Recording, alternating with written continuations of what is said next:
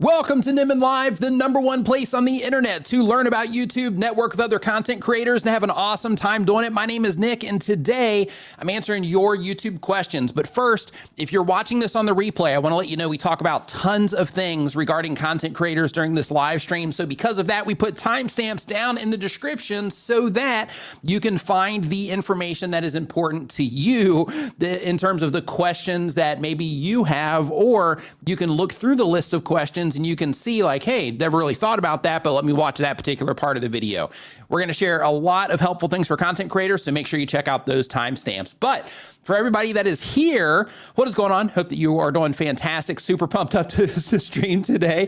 I do want to let everybody here know that this stream is brought to you by TubeBuddy, which is the #1 tool for YouTube content creators. It'll help you optimize your videos for discovery, help you come up with video ideas, help you test your thumbnails to make sure the thumbnails that you are using are effective for the people that you are trying to reach. And they even give you a report that shows you the specific traffic sources people are coming from and everything.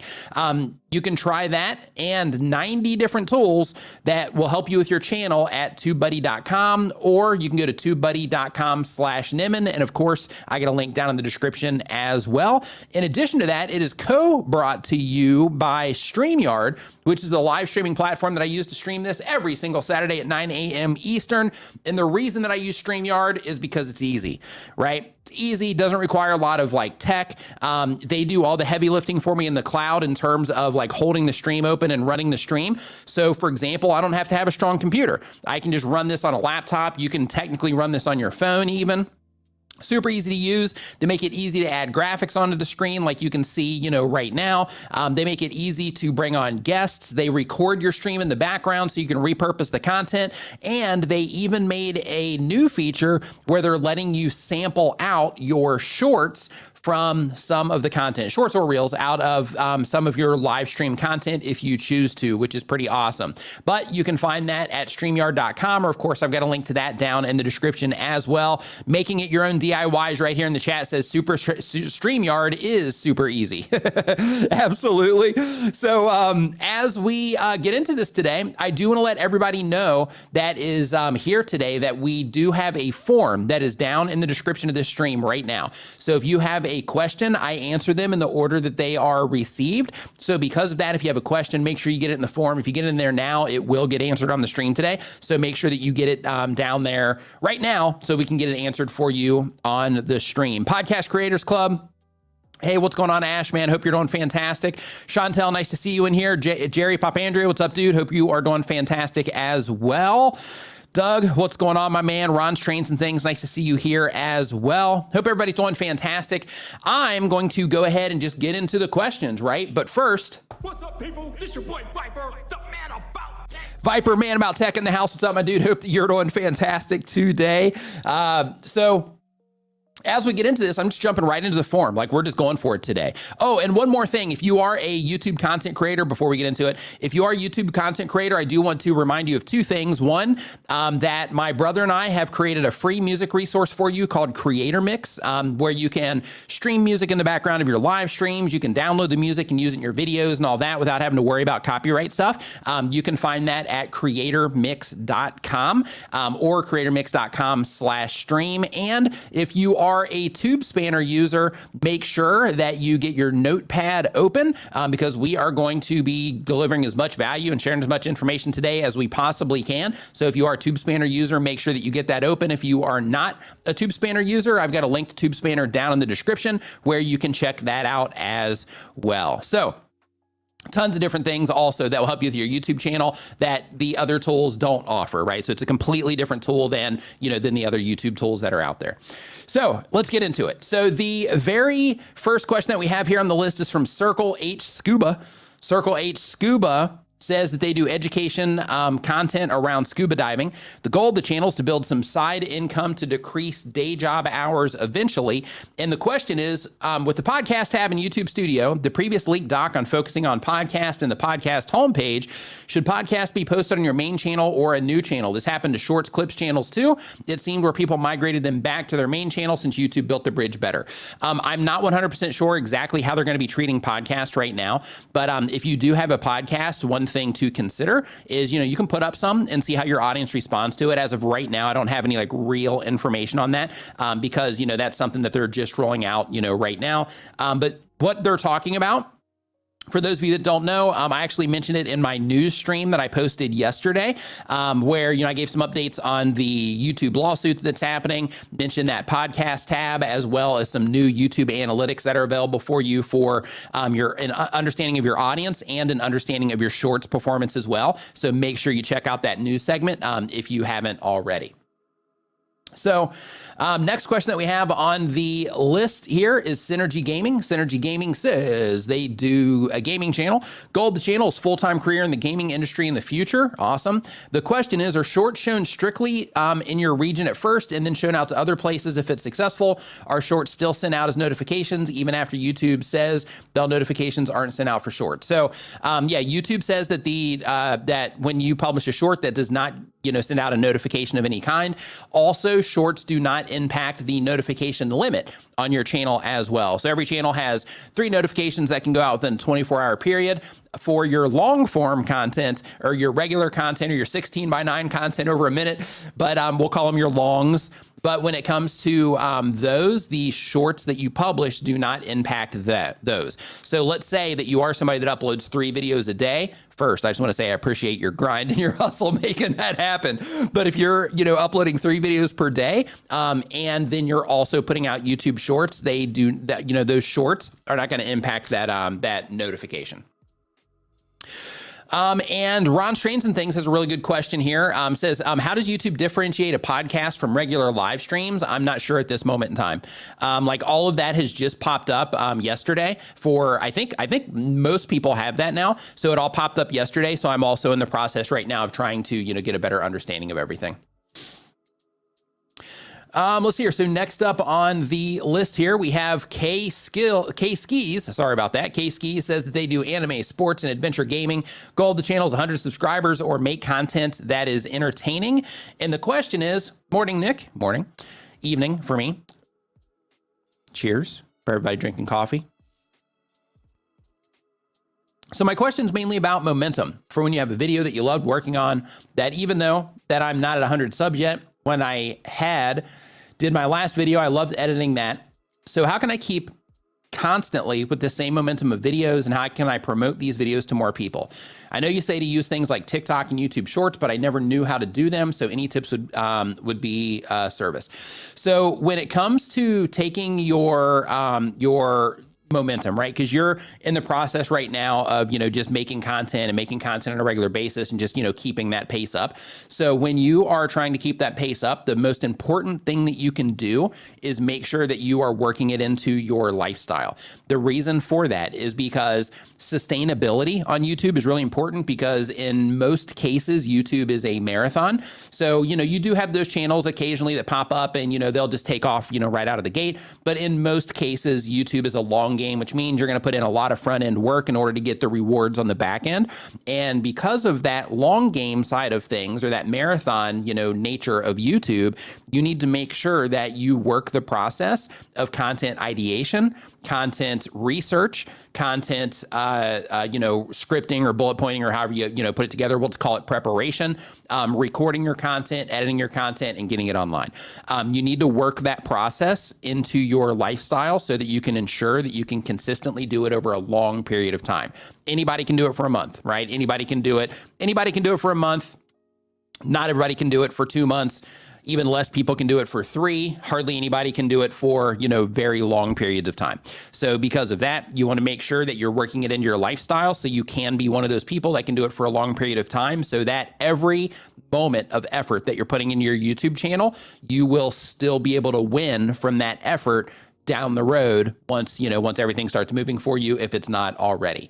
In terms of, TikToks, YouTube Shorts, things like that, when it comes to using those other formats to grow your YouTube channel, one of the things that you got to think about is, one, if you are making YouTube Shorts, just make it appropriate for the short shelf, right? So some people will sample shorts out from their long form content, so there's that direct link through.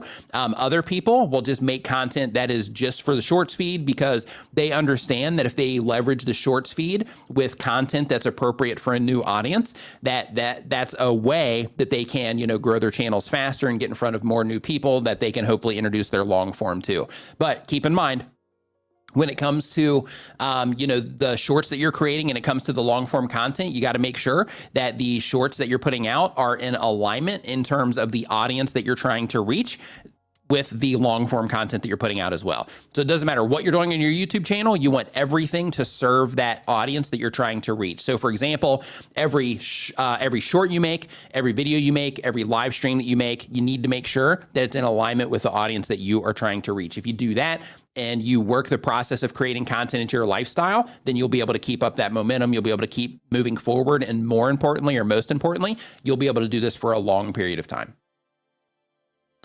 Let's see here. So as we keep on going through the list here, and by the way, if you are just joining us, we're talking about all things YouTube. I have a form down in the description of this stream right now where I'm answering questions in the order that they come in. So if you do have a question, make sure that you put it in that form so then I can get it answered here on the stream today. Right now, we don't have a lot of questions. So for the people that are here, if you can get your questions in there, if you have something, I mean, depending on how many of you flood into there, but if you get your question in there, we should be able to get it taken care of.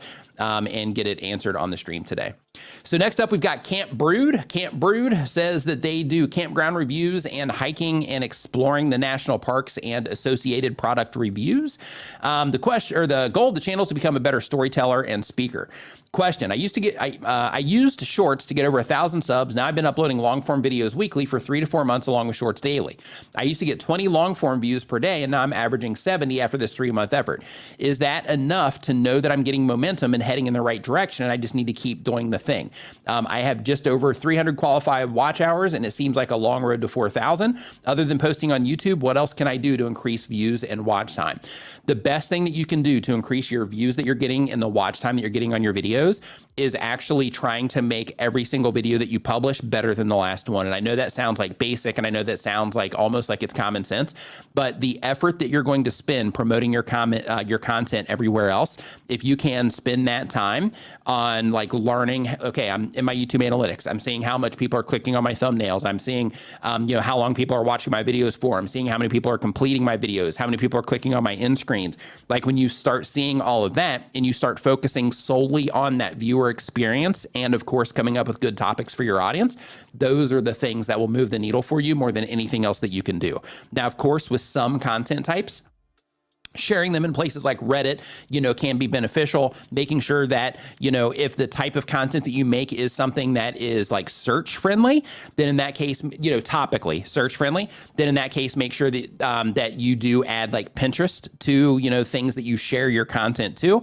Reason for that is because Pinterest posts show up in Google search. When you are, putting your content into Reddit, as long as it's appropriate for the audiences there, then, content dependent, you can get, a decent amount of traffic from there as well. But what you really want at the end of the day, doesn't matter where, you're sharing your content, what you want to focus on is like, yeah, you know what, I can spend this time sharing my content all over the place, and things like, making sure that I am sharing to like Pinterest as an example is a win, because then my content can actually show up in like their feeds. So that's a win there. So it's not just people coming in from like Google search, for example, but if you are in Pinterest and you're, looking through feeds there, as long as, your audience is on Pinterest, which I guarantee some of your audience is, then your content can actually show up in a Pinterest feed also. So when you, have a Pinterest account, name it the same as your YouTube channel, share your content there on a regular basis, you can absolutely get traffic from Pinterest also. But the biggest wins you're going to get are going to be focusing on the audience in terms of who it is you're serving with your content,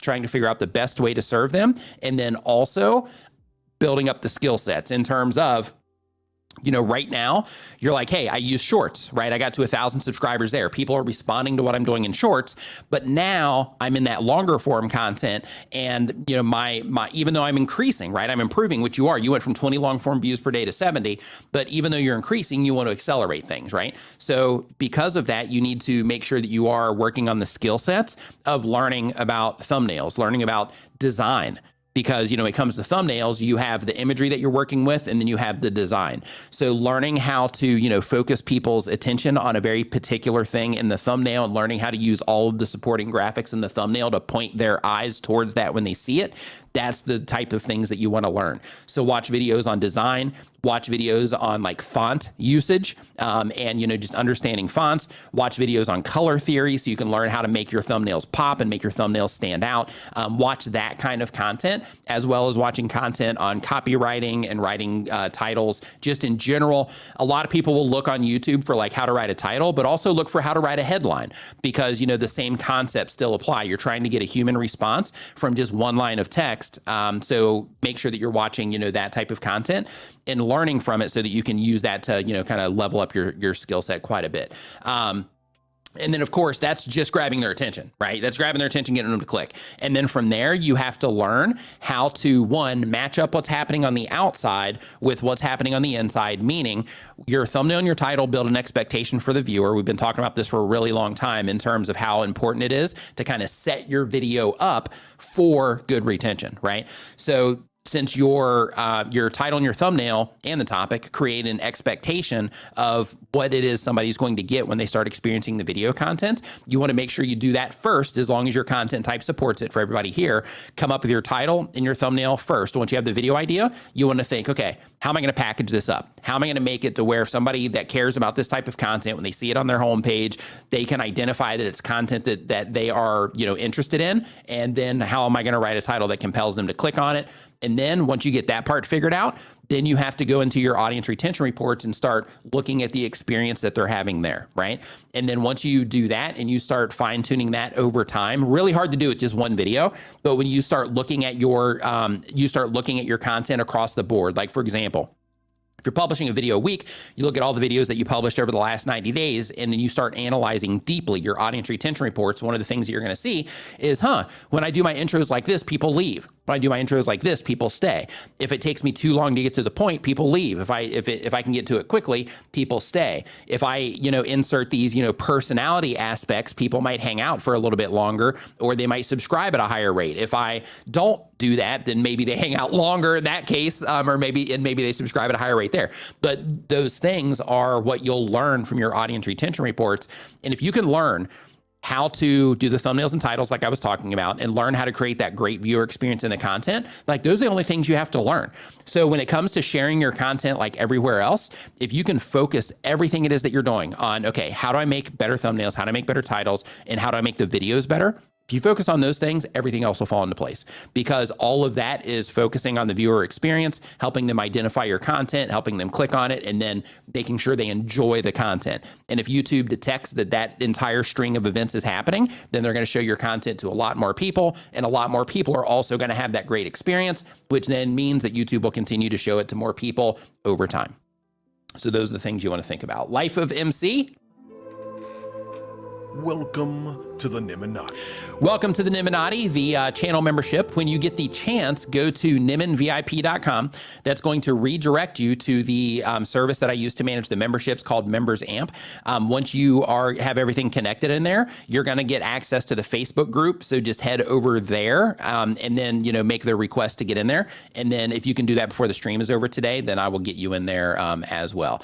And just as a heads up, for those of you that are channel members that are in the Facebook group, one of the things that is required over there now, if you're in the Facebook group, if you're not in the Facebook group, then it's not as important outside of making it easier to get rewards and be notified of members' live streams and stuff. But if you're in the Facebook group and you're a channel member, make sure that you do connect through Members Amp. I have an announcement about it in the Facebook group. You have to do that before March 1st, because when March 1st comes around, anybody that's not connected to that, I'm taking them out of the Facebook group so I can focus everything on everybody that's current. Super chat. Life of MC, thank you for the super chat there as well. I appreciate it. So let's see here. So next up on our list, we've got just add more butter. I can support that channel. That's good right there. Just add more butter. There's actually, where I live, there's a restaurant. It's like a diner. It's called Butter is Better. Awesome banana pancakes. So good. But they do baking and cooking content. The goal of the channel is to generate an income. And the question is, my channel is almost 1.5 years old. I have a healthy amount of long form content and shorts. I also post frequently in the community tab. Every time I post a video, I'll also put it in several Facebook groups that are geared towards sharing recipes and asking food related questions. The people in these groups take baking seriously, like it's a hobby almost. My question is, even though they're the right kind of people for my channel, at this point, I feel like the algorithm is still struggling to figure out what my channel is and figure out my content to the right people. Is this because all of the exterior traffic coming to watch my videos is throwing it off? Should I stop with the exterior posting? So first, anybody that comes in from an exterior source, yeah, March, Amy says March 1st sounds far away, but it's Wednesday. Yeah, it's coming. But when it comes to sharing your content to Facebook, the very first thing that I recommend to anybody that is sharing their videos onto other social media platforms is, if you can do this at the video level for the individual videos, of course, is you go in and look at the videos where you've shared into external sources, Facebook, Reddit, Twitter, places like that. And then what you do is you go into the traffic sources report in your YouTube analytics. You're going to need to go into the advanced analytics for this, but you go into your traffic sources report. Once you're in your traffic sources report, then you're going to see the option that says external. Now, if you don't see that as a clickable link, then you're going to need to change the date range from since published to lifetime. And then once you do that, it's going to make that link clickable, or if you set a specific date range. And then when you do that, when you click into that, it's going to show you all the different places that you share to. And you can see, like, how long do people watch when they come in from there? And then that's going to give you a great indication of if those audiences are a good fit for your content or not. So basically, if you're sharing it to Facebook and you notice, hey, people come in and they're out of here, like, 10% is the watch time I'm getting from these people, then in that case, you know that it's useless to share into that group because people aren't responding to the content once they get to your videos, right? So the next part of that question is, when you are sharing your content to other platforms, I mean, really, if you have a channel that people really enjoy and people are sharing your content out anyway, like, that's something that you can't really control, right? So it's similar to where if you're sharing the videos out there yourself. However, what you need to learn is you need to learn how to get the system to show your content to more people. And the way that you do that is by learning how to do the stuff that I just mentioned in terms of come up with the topics, which you're doing cooking stuff, so that's easy. Making really good thumbnails, especially in your niche, because with the type of content that you're making, it's extremely competitive. So all you need to do is go and find a successful food channel and then look at your channel and just look at the thumbnails and say, okay, with the pictures they're taking, are the pictures that I'm taking competitive for this? If the answer is no, then work on the skill set of taking better pictures. Watch videos on photography, learn all the different apps, learn how to make them better, right? Learn lighting so that you can, make sure that you have everything lit properly when you're taking the pictures and so on. Look at how they're structuring their titles. Look at all the things that they're doing there. But what you have to do is, once you get that taken care of, then you have to do that same thing in terms of learning how to get people to respond. Because when your content is being shared externally, then you're getting some of the results externally. YouTube knows that, and they know that people are coming externally.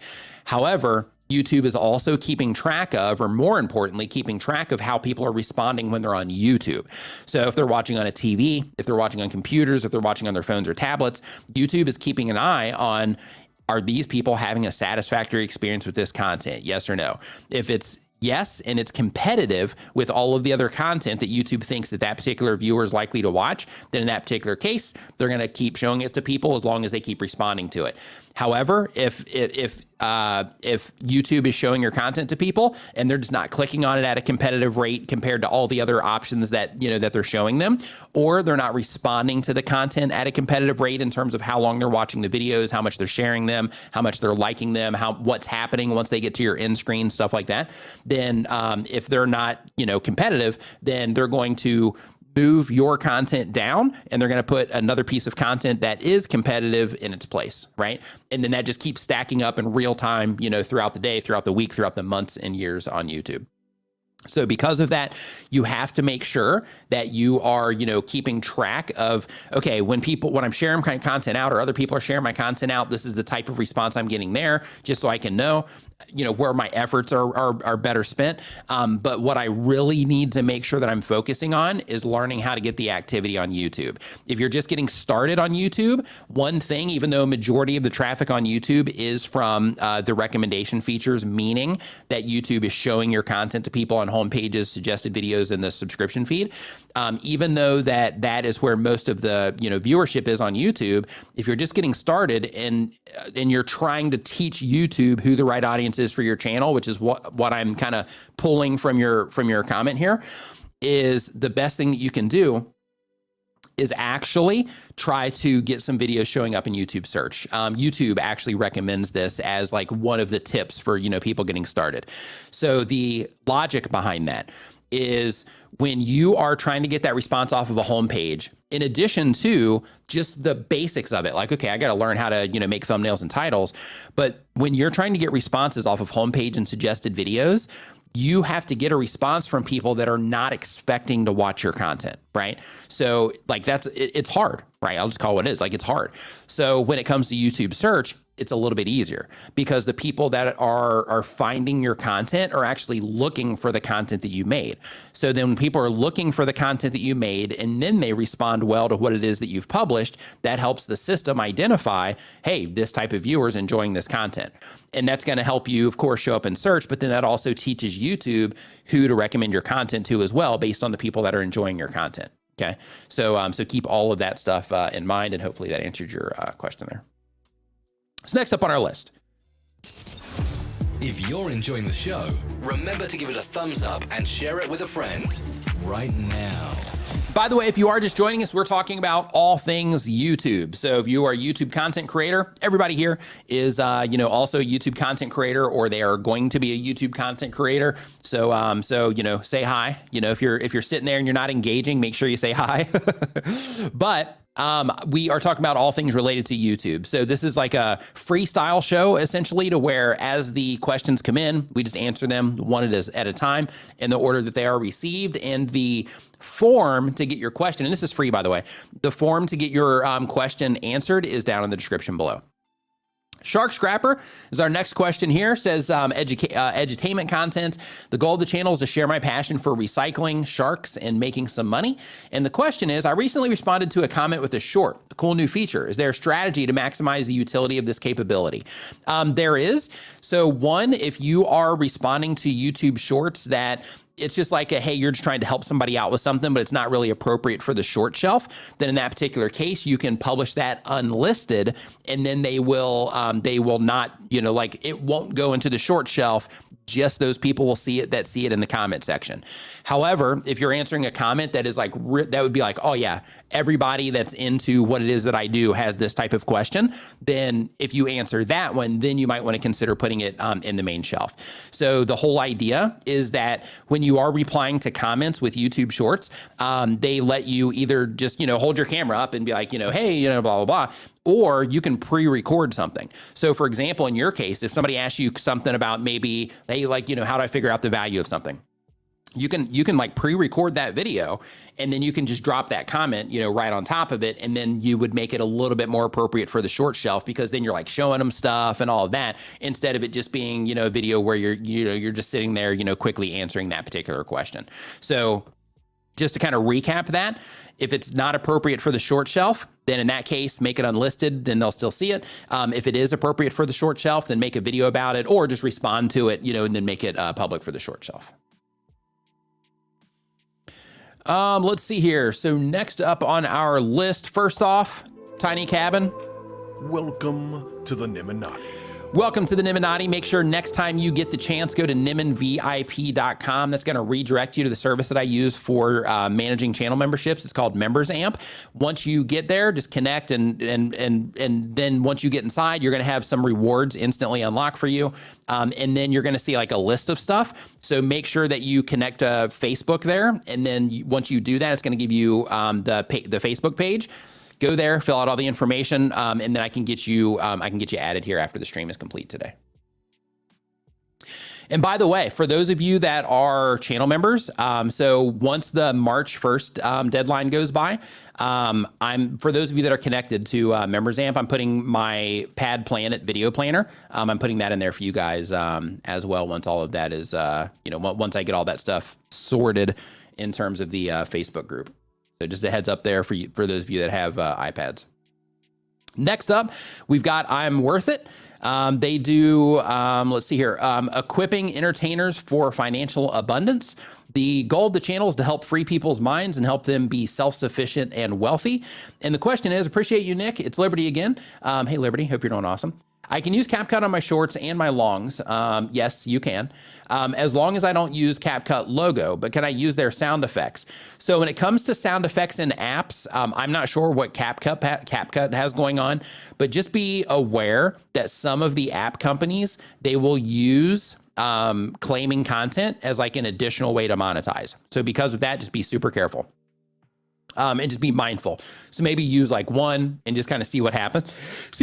And if you get a claim on it, then in that particular case, then you'll know, that you don't want to use their stuff again. But that's actually like a model for some of them. And then says, did I miss a video that you made about all the rules for uploading from CapCut? I don't have a video about uploading from CapCut. Never done a video on CapCut.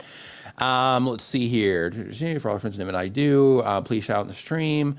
Including Dr. Stin, love this channel. Tell everyone how phenomenal they are and tell them do all the things. You're worth it and the world needs you. And thank you so much for all the support. My pleasure, my pleasure, my pleasure. So next up on our list here, and hey, really quick, we had a members message says, hey, everybody, I'm from Janice. Says, hey, everyone from the UK. I'm a nurse starting out on YouTube, a nurse's career strategist. Love your content, Nick. Thank you. Glad that you are enjoying the content and thank you for being a channel member. Next up, we've got Threats and Trends. Threats and Trends uploads every other day. The type of channel is current event and conflict analysis. The goal of the channel is combat disinformation and become my full-time job. And the question is, it's a two-parter. It says, what are some ethical ways to cover conflicts on YouTube without having to play the YouTube game too hard? I want to be sensitive to the seriousness of the subject matter while also not sacrificing channel growth. So when it comes to that, I just want to tell you right now, if you're talking about combat, there's a really good chance you're going to end up having a lot of your content age-gated, meaning it'll end up in restricted mode, so that it's only going to be available for like logged-in users and logged-in users that are over a certain age. So just keep that in mind that you may run into that. Number two is how can you better ensure your long-form content makes it to your audience when your shorts are being consumed by folks that don't reflect your target audience? First, if your shorts are being consumed by people that are not your target audience, then I would make different types of shorts.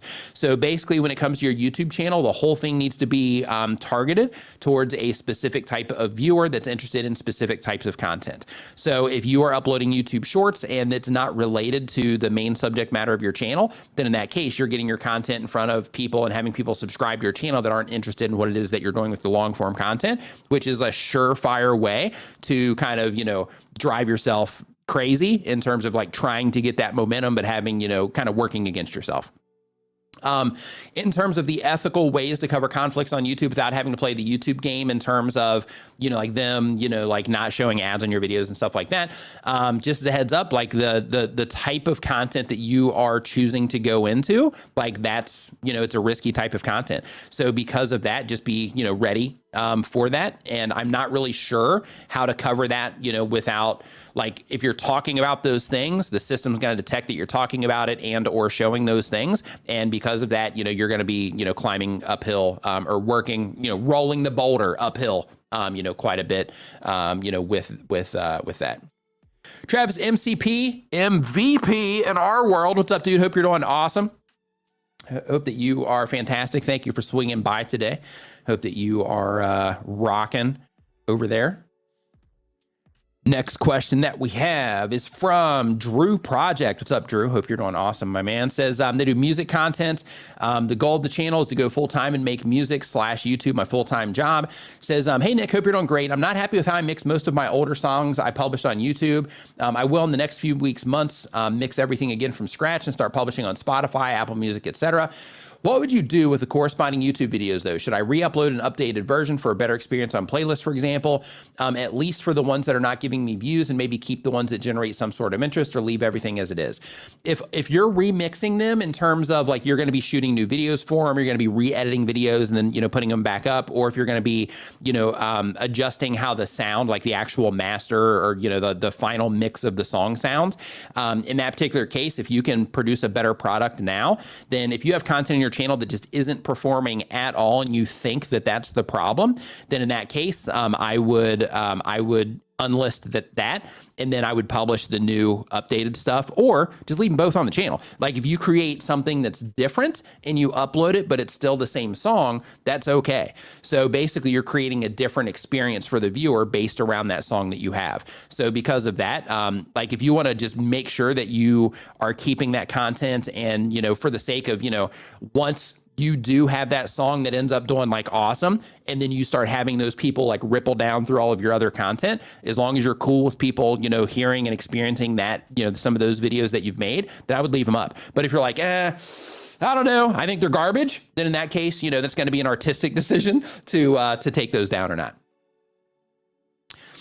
Let's see here. Estude Matematica says, good morning, everyone. Keep on rocking. Good morning. Hope that you are fantastic. So next up, we've got Monkey D. Wade. What's up, Monkey? I mean, I guess that's, you know, hey, Monkey.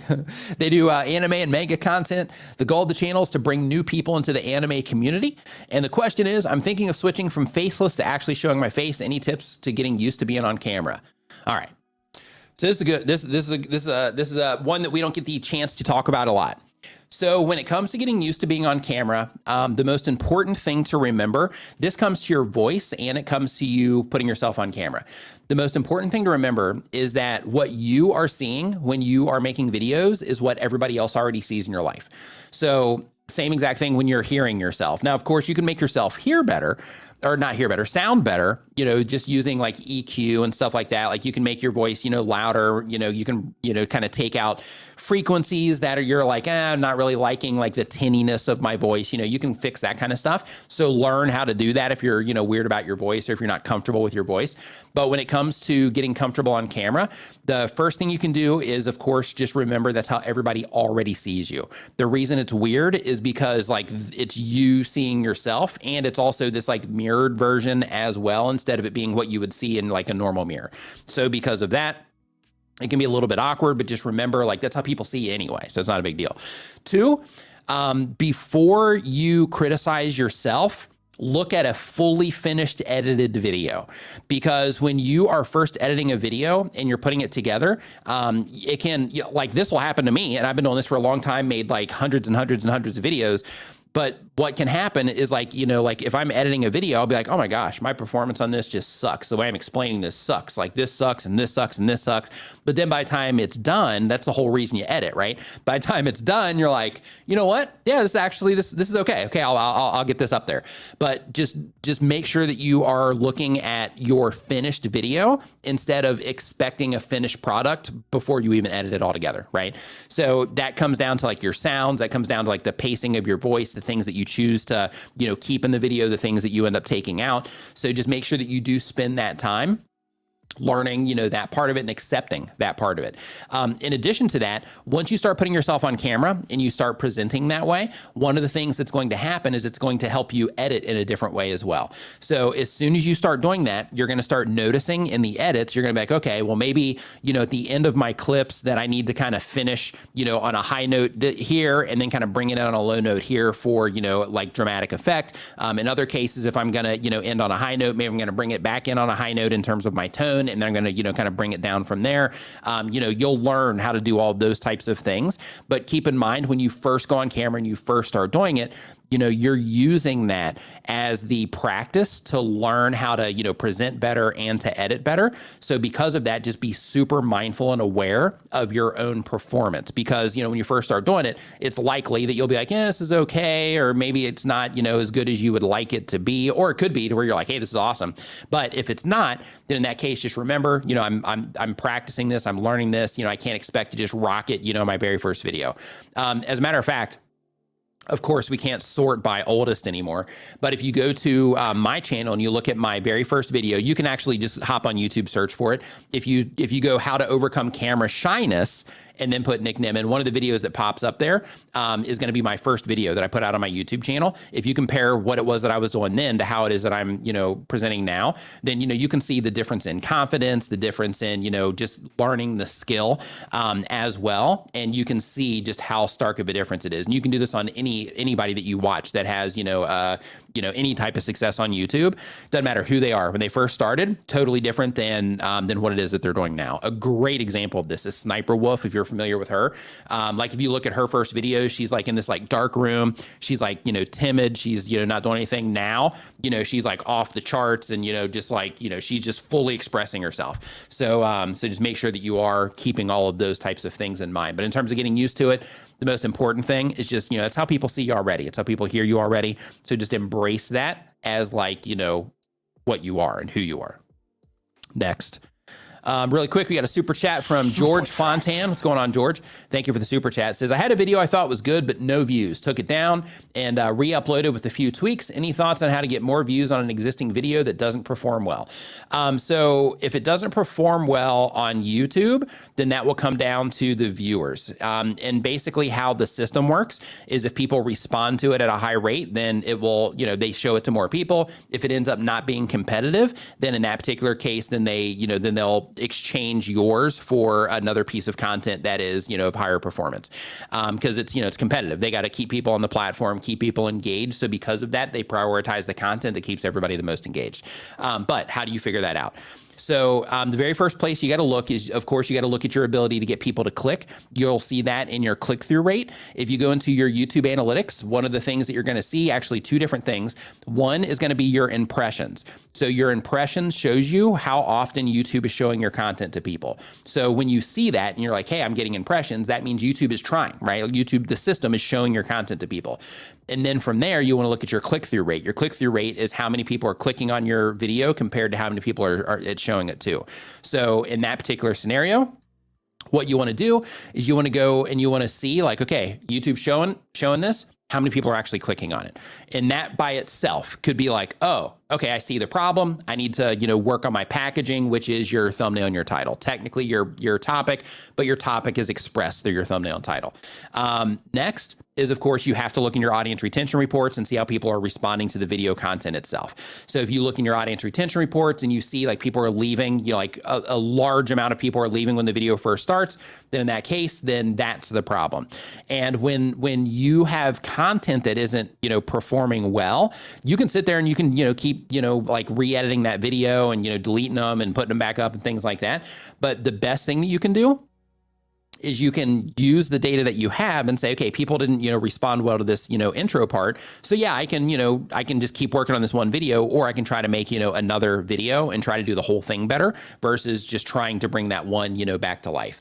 But another thing to keep in mind is make sure that it is super clear. I'm not sure, like how, I'm actually just going to go to your channel real quick. You want to make sure, okay, yeah, New York apartment renovation. That's pretty clear in terms of what it is that you offer. But one thing that I do want to tell you, and here, I'm going to pull your channel up here really quick. Let me, well, you didn't ask me to do that, so I'm not going to do that. But one thing that I can tell you is keep in mind, like this particular title, you have New York apartment renovation, design details, and walkthrough with architect George Fontan, right? So with architect George Fontan part, they have to know who you are in order for that to matter to them. If they don't know who you are, then that's not going to matter. So basically you're creating an obstacle for people in that title to where that particular part about, with architect George, to where they might tune out and just like not watch it just based on like, oh, I don't even know who this guy is, so I'm just gonna, watch something else. Next is you have New York apartment renovation, design details, and walkthrough. So I would focus on like a specific thing, right? So if it's the renovation, focus on that. If it's the design details, focus on that. If it's the walkthrough, then, focus on that.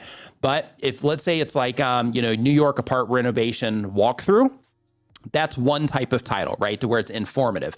And it's like, like, hey, this is a apartment renovation walkthrough. Super clear. I understand what it is.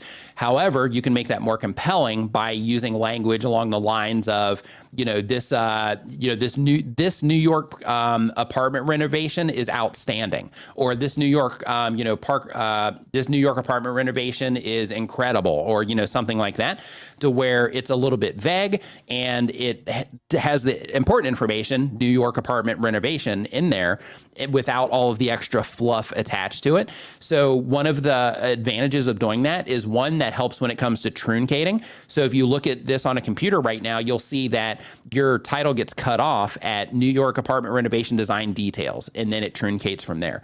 So because of that, you want to make sure that your titles are succinct and that they are a little bit more compelling than just being informational. Next is, if you are going to, kind of repackage it in that way, the next thing you want to do is you want to make sure that your thumbnail itself is going to help people that are interested in apartment renovations identify that this is like a nice apartment. So, or that it's a renovation. So one of the ways that you can express that through imagery is by doing a before and after, right? So what you do is, currently you have you in the thumbnail standing in a kitchen, this looks like. So it's like you in the thumbnail standing in a kitchen, or maybe a living room. Yeah, it's a kitchen. I see the stove kind of in the corner, but it's not even clear that, like what this is about if you're looking at the thumbnail. So the idea when it comes to the like a before and after is, the topic of it is that it's a renovation, right? So if the topic is a renovation, what better way to express it than, this is what it used to look like, this is what it looks like now, and I'm not even in the thumbnail. Because what you're trying to do is, you're trying to grab the attention of people that would be interested in that renovation, right? Not the people that would be interested in you. So when you do that, then what you're going to do is, you're going to make your content more accessible and make more sense for the people that you're trying to reach. So that's the idea when it comes to like your thumbnails and titles. So instead of like redoing, the videos and stuff like that, I would actually go through and I would start looking at your, thumbnails and just considering that side of things. As a matter of fact, one of the videos that you have here on the channel, and I don't know if you're like running ads for this, or, if this just happened organically, but one of the thumbnails that I'm seeing right here is from a modern bathroom design in a New York City loft. And that one, you have modern bathroom designs in the thumbnail, and then you have a nice clear image of a nice modern bathroom design, right? You're not in the thumbnail. So it's clear. If somebody sees this, if it pops up in their mobile feed or on a home page or suggested next to another video on YouTube, it's clear. There's a bathroom, and this is, the bathroom design, right? Crystal clear. Whereas the most recent video, it's more of a focus on you, and it's more of a focus on this big long string of text instead of it being something nice and succinct. And as a matter of fact, that other video that's got 1.4 thousand views on it, that particular one, the title's also very succinct, as well as the other titles that you have here. Because some of your videos, man, you got like 26,000 views on this one, 18,000 views on this one, 2,000 views on this one, 100,000 views on this one. And if you compare that to what it is that you're doing in this newer content, or at least this most recent video, you're going to see that there's like a stark difference in how people would actually connect with that content. So I would just keep those types of things in mind. Now, what you're doing here with like having you show up in like the side, that's fine. You can do that, for like recognition of people who are already into your content. But, focus the majority on the image, the thing that you're actually drawing attention to in the image, focus that on the, on the actual renovation itself. Another thing also, just as a quick heads up, because you haven't uploaded here in 2 years and you just started uploading again. So one thing that I do want to remind you of, or just let you, know about, and everybody here, when you take breaks on your YouTube channel, so you're going to have, people that are interacting with the channel just anyway, like even when you're away. But when you don't upload for 2 years, it can take a little bit of time to kind of get the ball rolling again in some cases. And that's because you don't have, tons of people in your recent viewer history like you did, 2 years ago, meaning that there's not it's a much smaller group of people that have recently interacted with the channel than when you were frequently uploading to the channel. So keep that in mind as well. And to kind of kickstart this and kind of get it moving again, another thing that I would do is I would go through your content and I would look for the videos that you've had that have done like exceptionally well, like that one with like 100 and something thousand views on it. and I would try to make an updated version, more modernized, with more of the information that you have now, and, applying some of the stuff that I was just talking about. I would actually do an updated version of that if you can, just for the sake of that connection, and hopefully YouTube will show it to, a lot of the people that have interacted with some of this other content in the past. But it's been a long time. So, that restarting part, in some cases can take a little bit of time. Let's see here. So next up on the list, we have It's Levi. It's Levi says that they do gaming content. The goal of the channel is to become a full-time content creator. The question is, I make content about the game Eternal Return. The game is, how many gamers do we have in here? Got a lot of gamers. Any gamers in here? I just picked up the PSVR 2 yesterday. So got a chance to play it a little bit yesterday. I was working a lot today, so I didn't get the chance to play it much today. But it's pretty cool. So let's see here. Gaming content. The goal is to become a full-time content creator. The question is, I make content about the game Eternal Ruin. The game is a small player base and primarily Korean, but the North American scene is growing. I'm one of the very few English-speaking content creators in my niche and one of the most consistent uploaders.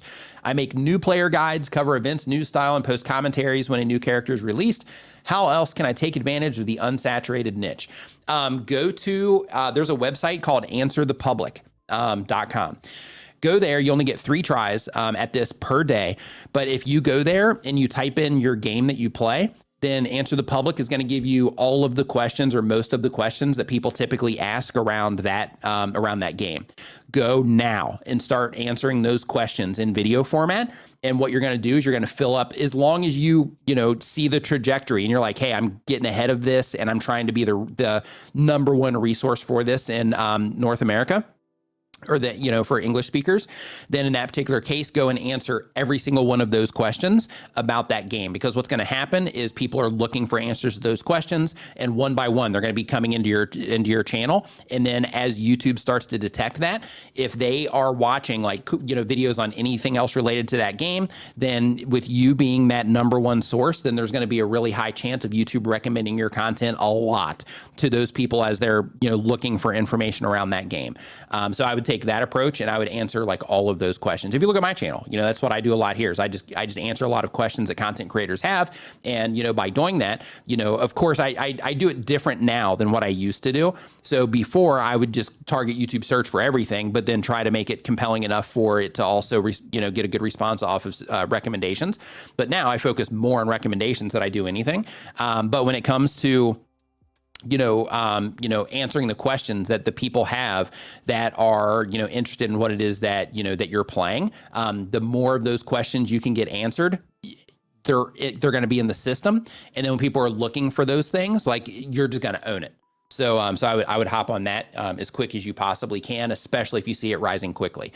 So another thing that you can do, just in case you're not aware of this, is there's a free resource from Google.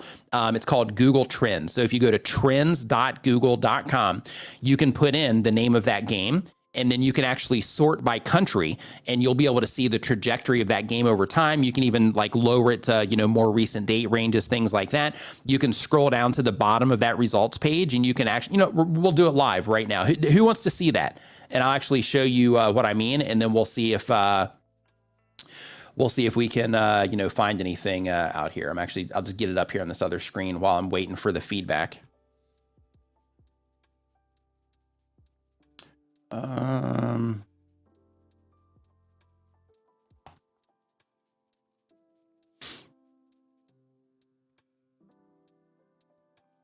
Okay, so I'll just do this real quick so that we can get back into the questions, but let me go share the screen here. Let's go to the window, bam. So this is Google Trends. So what you would do is okay, got it for the cookies. So what you would do is you would come in here, you go to trends.google.com, you would come here, you would paste in your search term, right? In your case, it would be Eternal Return. That would be search. I would look under this for search term and the survival game. I would look under both of those and topic. But for right now, I'm just going to do search term. And then here, I'm going to change this to, technically, you could go worldwide if you want. But since you are targeting North America, then in that case, I'm going to put United States. And then here you can see it actually did, like it actually is on the way down compared to, how it was doing in 2022, but it looks like there's a little bit of a lift here. I would keep an eye on this before you go super hard on this, because it's possible, because this is over the last 12 months. It's possible. This is a web search. I'm going to pull it to YouTube here in a second. I'm just gauging like the general, search interest in this, or the general interest really. But basically you can see here that they have this big swell, and then it's been, kind of tapering off. And then now it's starting to kind of come up here just a little bit. So I would definitely keep an eye on that. But one of the things that you can do here in terms of the questions that you are, going after first, is if you scroll down here, you can see the breakout topics, and you can make videos on some of those. But if we go to web search right here and we change this to YouTube search, let's see if it changes. Okay, so now we still have this surge, but we are getting a lift here on YouTube, which is a good thing. And it looks like they said that there was an improvement in their data collection system here. But regardless, so it does look like it's actually on the rise again in North America on YouTube, which is a win in your particular case. So here, there's not a lot of related queries as of right now. So because of that, you wouldn't really want to, mess with that. But you can see here that it is back on the rise. Now, of course, if you wanted to like really narrow it down, you could say like, what's this look like over the last 30 days? And then you could see that, even though it's on the rise, the interest isn't massive around this. But if you're trying to get ahead of it, at least the trajectory looks like it's heading in that right direction, at least over, the last 12 months or so. Other things you can do as well, just as a heads up, is if you find like there's other ways that people look for it, then, you can put that in here as well. So for everybody that's here, one of the ways that you can use this is like, let's say that you are making videos about like Call of Duty, since we're talking about gaming here. Then what you could do here is you could do Call of Duty, and then you could do COD. And we'll just put it here as the search term. And then you can see here, like, okay, people are looking for Call of Duty more than they're looking for COD, right? So then that way, that helps you speak the language of the audience that you're trying to reach, because more people are looking for it that way than they are this way.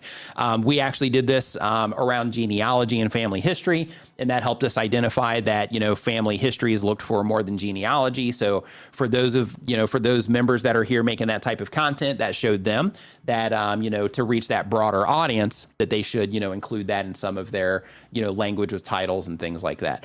The same thing applies here. When you scroll down the page, you can see that they show you like what's breaking out over the certain date range.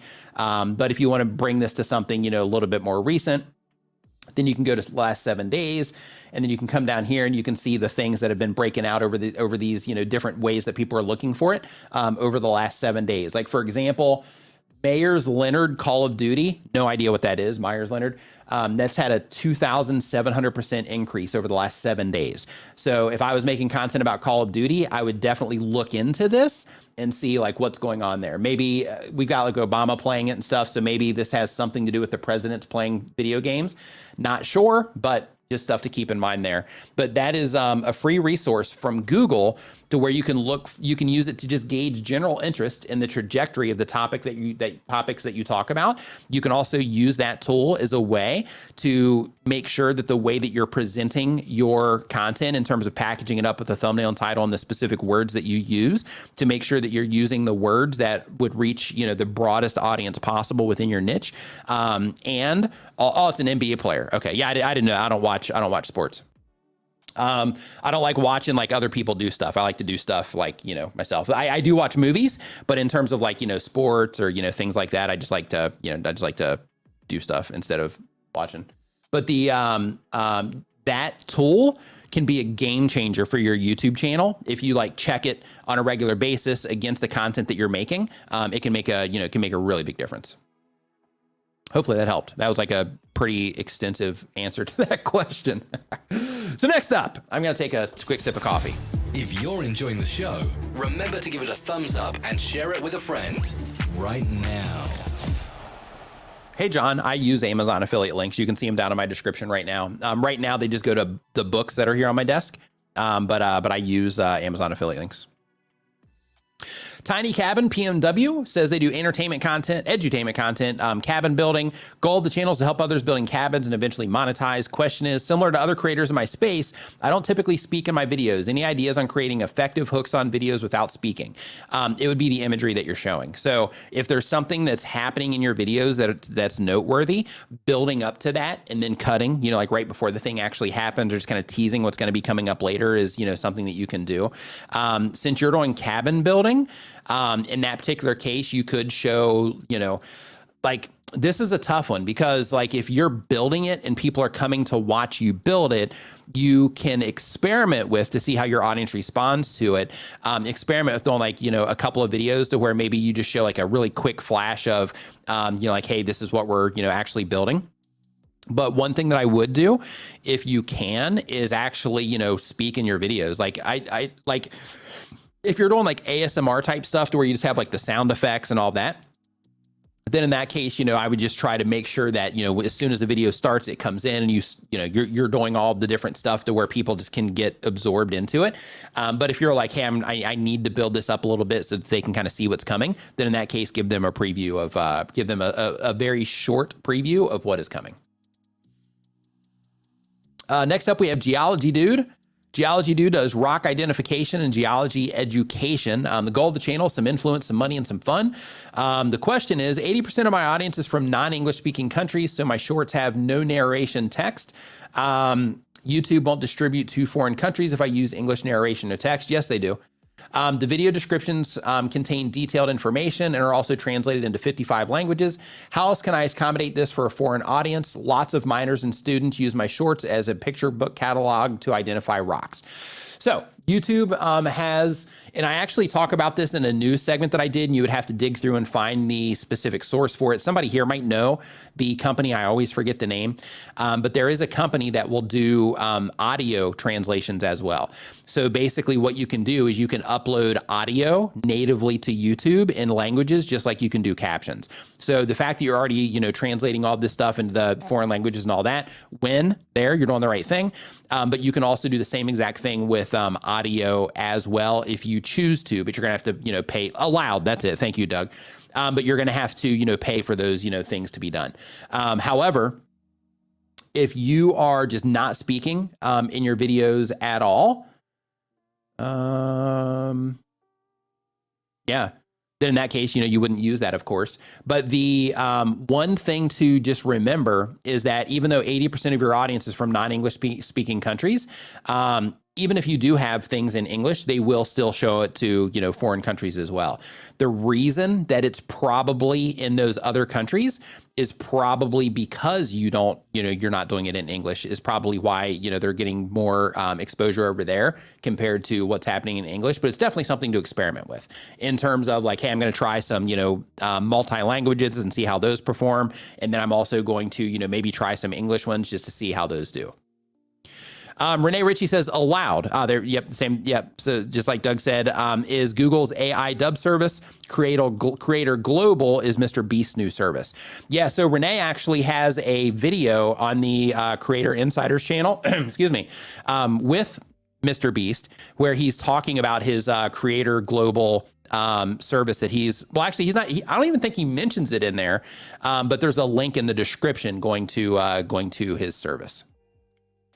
But I don't think it's open yet, is it? I know I think the Twitter maybe said that it's coming soon or something. I'm not sure if it's available. If it is, then, Creator Global, something you can check out, as well as allowed also. I know Tube Spanner's working on something for that also for you guys. It's just not available right now. It might be next week.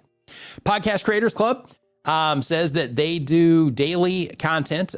They do an educational channel. The goal of the channel is sharing how to start and grow a podcast. And the question is, I'm able to create and upload long form videos and shorts 7 days a week, as well as live stream once a week and sustain it due to workflow. Would you advise this, or will it be too much content for my audience and the platform? I don't want to overcreate.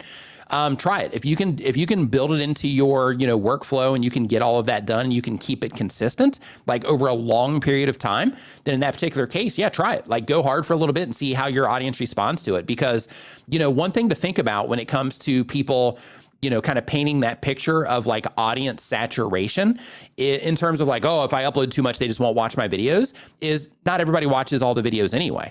So because of that, like you're going to put up some topics, as long as it's all targeting that same audience, like for example, you watch my videos, so we'll do it, with me. Let's say I just started this coming week uploading videos every single day to my channel, right? So some of you would be like, oh my gosh, there's so many videos, like I can't keep up, but I'm just gonna come in and watch them anyway. Some of you would do that. And then other people that are here would be like, okay, that one matters to me, so I'm going to watch that one. These two here, these three, I don't care about those. This one here matters to me, so I'm going to watch that one. These two don't matter. This one matters. And then you would just watch the things that matter to you. So when it comes to, publishing, a lot of content to your channel, as long as it's performing content, then in that particular case, you can publish a lot of videos and, people will still, watch them, a lot. There's actually another YouTube help channel right now. I'm not going to say, his name just because of, from like Google searching him, but like, there's a YouTube channel, that's doing YouTube help content that is uploading like every single day. And he's been doing it for a long time, but his channel's just blowing up, because of it. And you would think, with this type of content, if you have that like saturated audience mindset, you would think that would be too much, but it's not. Like, his videos do well, his channel's growing like crazy. People, are getting value from his content and all of that. Let's see here. So next up on our list here, yeah, the hardest part of that particular scenario is just the long term, right? Being able to maintain that, over a really long period of time. And hey, really quick, because Renee is in here right now. Let's see here, creator liaison. Let's see if it pops up under this. Nope. Creator liaison. See if it pops up under here. So, let's see here. So I mentioned this in my news segment yesterday as well, but, for those of you here that do YouTube, it's like everybody, right? So for everybody here, Renee, he actually started a channel for, as the YouTube creator liaison, where he's interviewing he's interviewing Mr. Beast. This is actually where that video was. So he's interviewing Mr. Beast. He's interviewing just a bunch of, different YouTube experts and stuff, but there's all kinds of great insights coming in on this channel. I'm dropping a link to it in here. Go over and subscribe to that channel because you're going to learn a ton of information over there as well. So make sure that you check that out also. So our next question here, or the next channel, is from Rachel's Diaries. Rachel Diaries does mobile content. The type of channel is vlogging and humor shorts. The goal of the channel is growing a community and growing enough to quit my 9-to-5 job. And the question is, I saw a lot of growth in the past month, but it slowed down. Am I doing something wrong, or is it because I'm as a needle in the haystack of YouTube? It's not that you're doing anything wrong. It's just that, when you publish videos to YouTube, like some videos, will do better than other videos. And you have to go in, you have to learn from the videos that didn't do as well. And even when you learn from videos that don't do as well, sometimes, even with that knowledge, you'll put out videos that they won't do as well because either you won't nail it with the topic that your audience will respond to, or maybe you put the video together in a way that people don't respond to. Maybe you just weren't really focused on the viewer, but you were more focused on, like doing something else in the video, like it being a sponsored piece of content or something like that, and you didn't really do it right.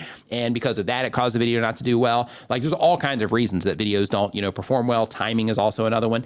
So when it comes to, the channel doing well and then kind of falling off, one thing that you can do first to just kind of at least understand what happened is if you go into your traffic sources report, you're going to see. And you find this by going into your YouTube Studio, then going into your YouTube Advanced Mode Analytics. Then you click on Traffic Source, and then you can, kind of sort that by whatever date range that you want based on when your channel was growing and then after it fell off. And one of the things that you can do is you can select the main traffic sources of YouTube. So you can be like, okay, this is YouTube search, this is suggested videos, and this is browse features. And then you can actually look and you can see where you have drops in traffic. So then you can understand okay, well, my videos just aren't performing well in search anymore. Or maybe my video was doing well in search and now it's not. Maybe my videos are doing well on home pages, now they're not. Maybe my videos were doing better in suggested, now they're not. And you can at least identify that. But one of the things that you can do is you can use that to just kind of learn, what's going on with your content and how people respond to your content, and then try to make better videos that, they'll respond to better so that YouTube will keep, showing them to people, over time.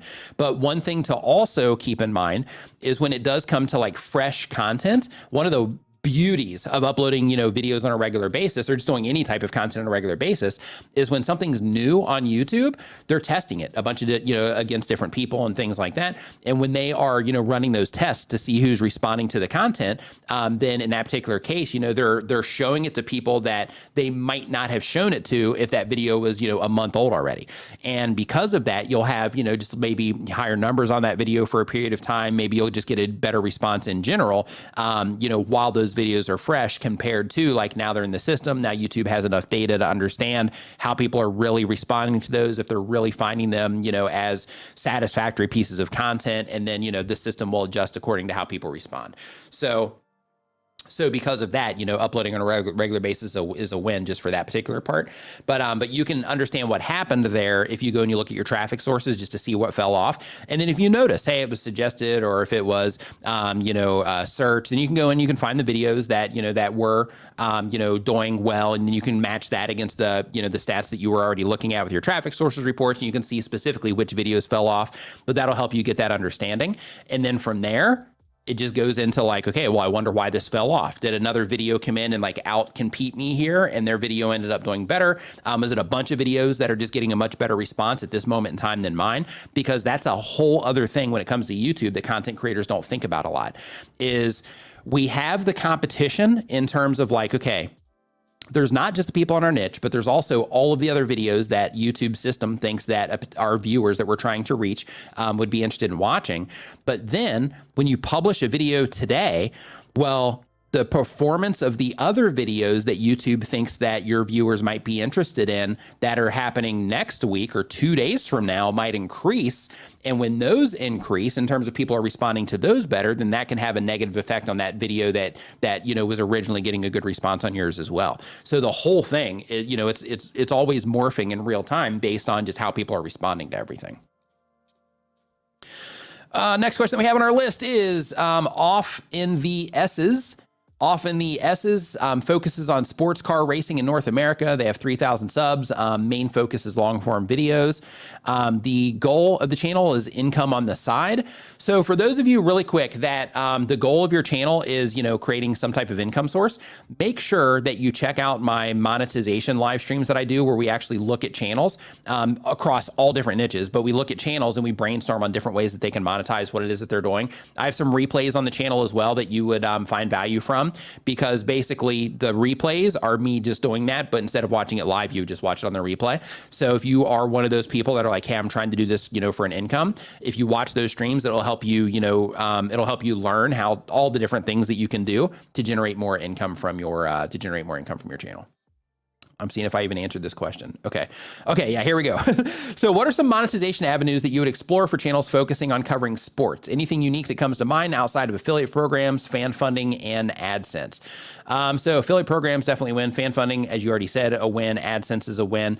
Once you're able to, then live streaming, talking about the, sports that are happening, not necessarily showing them, but like after a game, you hop on, you're like, hey, this is, these are my opinions on it. What do you guys think? It was crazy when this person was running and doing this thing, whatever. Then that gives you, that to where you can get super chats or maybe generate channel memberships once you, have those features unlocked in your channel.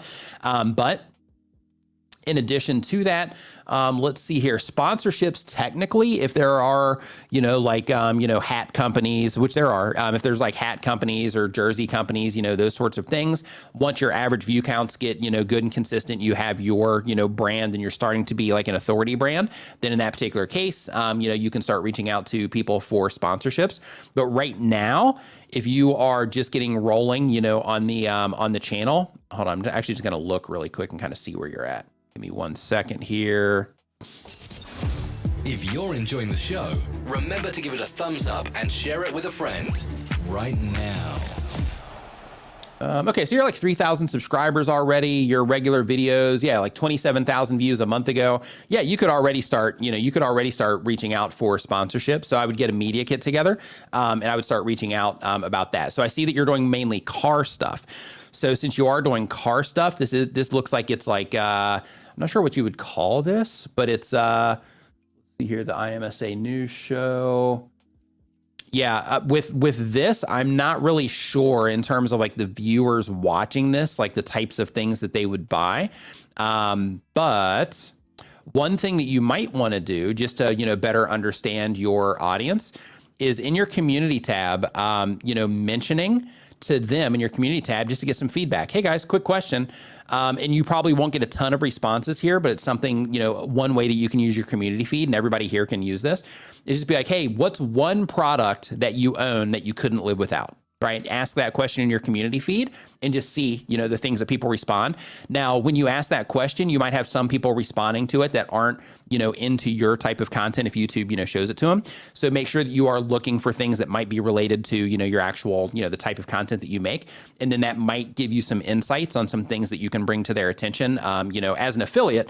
And that also might bring some insight into, like the companies that you might want to reach out to for sponsorships as well. Let's see here. Next up on our list, Owen Adventures, thank you for the super chat. Says, thank you for all of your awesome info. I asked a question before I found the super chat button. Yeah, so I'm on like number 17 already. Like we're cruising through these today. We should, at least for what's in the form right now, because we've only been on here for like a little bit over an hour. So I should be able to get through at least the ones that are in here, right now, today. But I saw Doug's message earlier about a super chat that I missed, so I'm going to hit that really quick as well, and then we're going to jump back into the forum. T's Hot Mess History, hope that you are doing fantastic. Nice to see you in here. So Aperture Movement, thank you for the super chat, super appreciated. Science-Based Fitness, oops.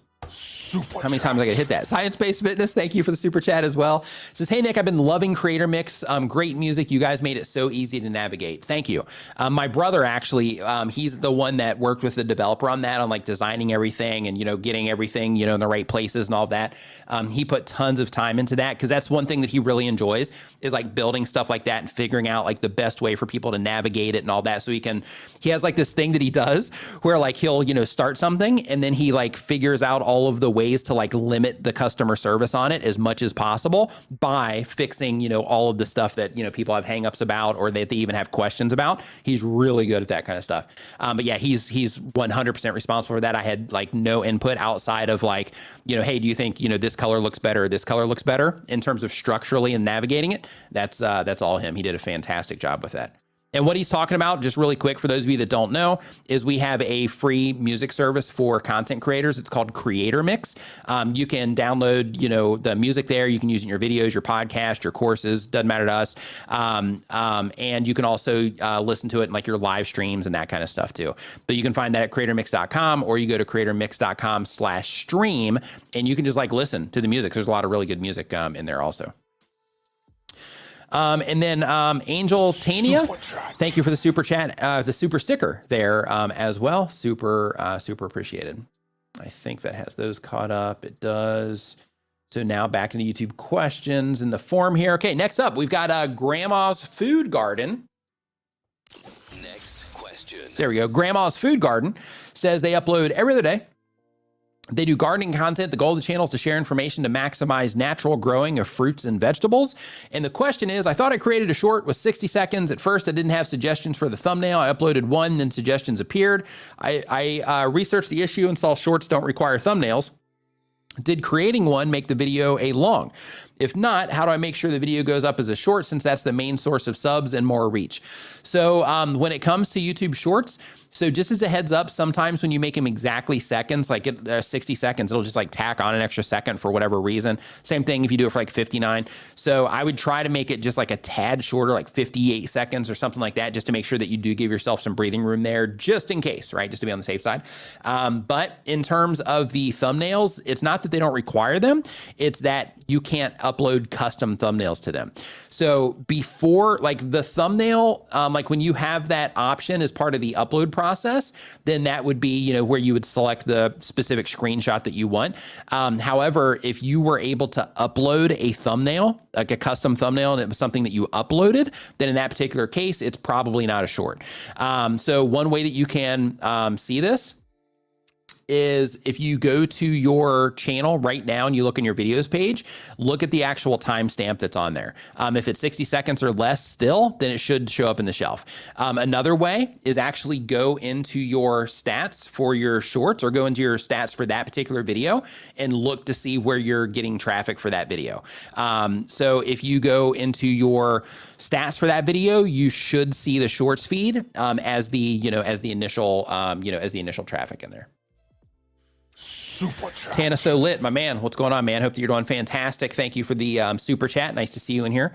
I was actually yesterday, I was going through just a bunch of like old super chats and stuff because I'm redoing like my channel art. And I might actually add some of these to like my video intro as well. But one of the things that I'm doing is like, for those of you that have come in and been like, hey, I reached this milestone, thanks for your tips, like that kind of stuff. I'm like screenshotting all of those. And then when I'm putting my channel art together, I'm actually going to add, a lot of you to my channel art. So you're going to see, like your messages and all that stuff that you've sent over time. So I was in there digging through those and I saw some in there from you as well. So I hope that you're doing awesome, man. Hey, really quick, Renee Ritchie, he said that if the video is square to vertical and 60 or less, the system should automatically recognize it as a short. Some people still use the shorts hashtag, but tag at Team YouTube on Twitter if you think that it is a bug of some kind. Like if you notice like, hey, it does fit within those qualifications, then in that particular case, make sure that you at Team YouTube. So next up on our list here, just cruising through these today. We're on like 18 already. This is great.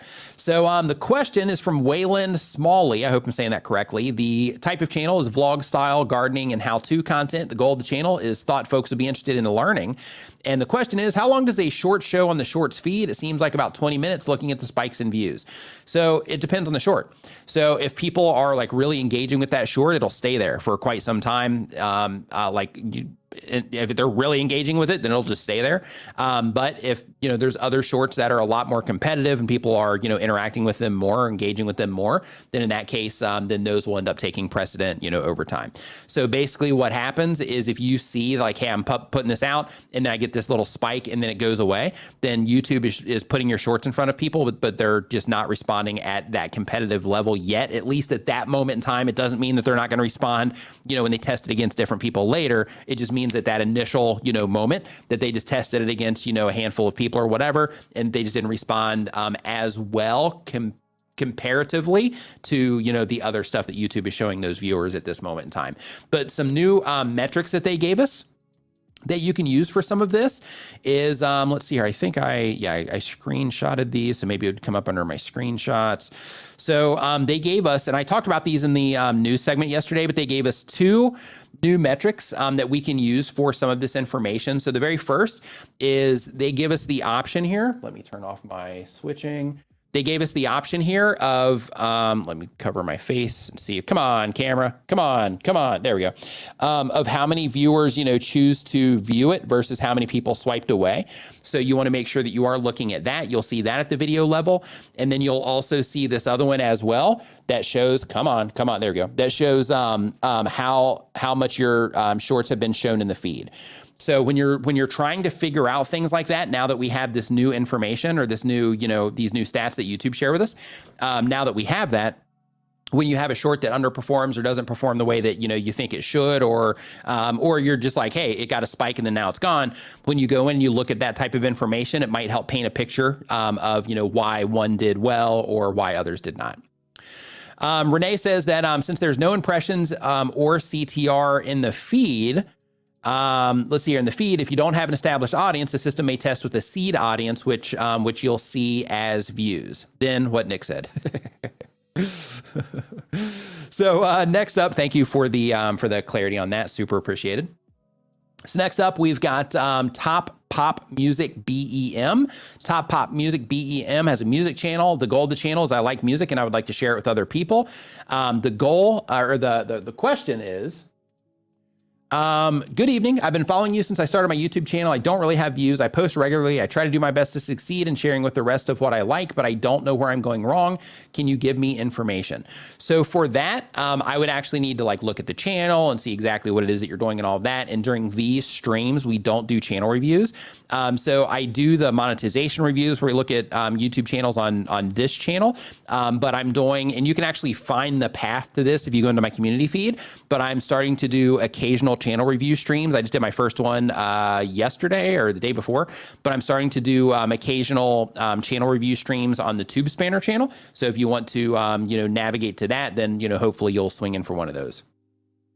Super chat. Home Rapid Repair, thank you for the super chat. It says, coming up on 4 months of our new channel, almost 900 subs. Thanks for all the help. Congratulations to you. In 4 months, 900 subscribers. So just as a heads up, just so that you can know just kind of like where you're at, because one of the questions that people have is like, is this growth good, right?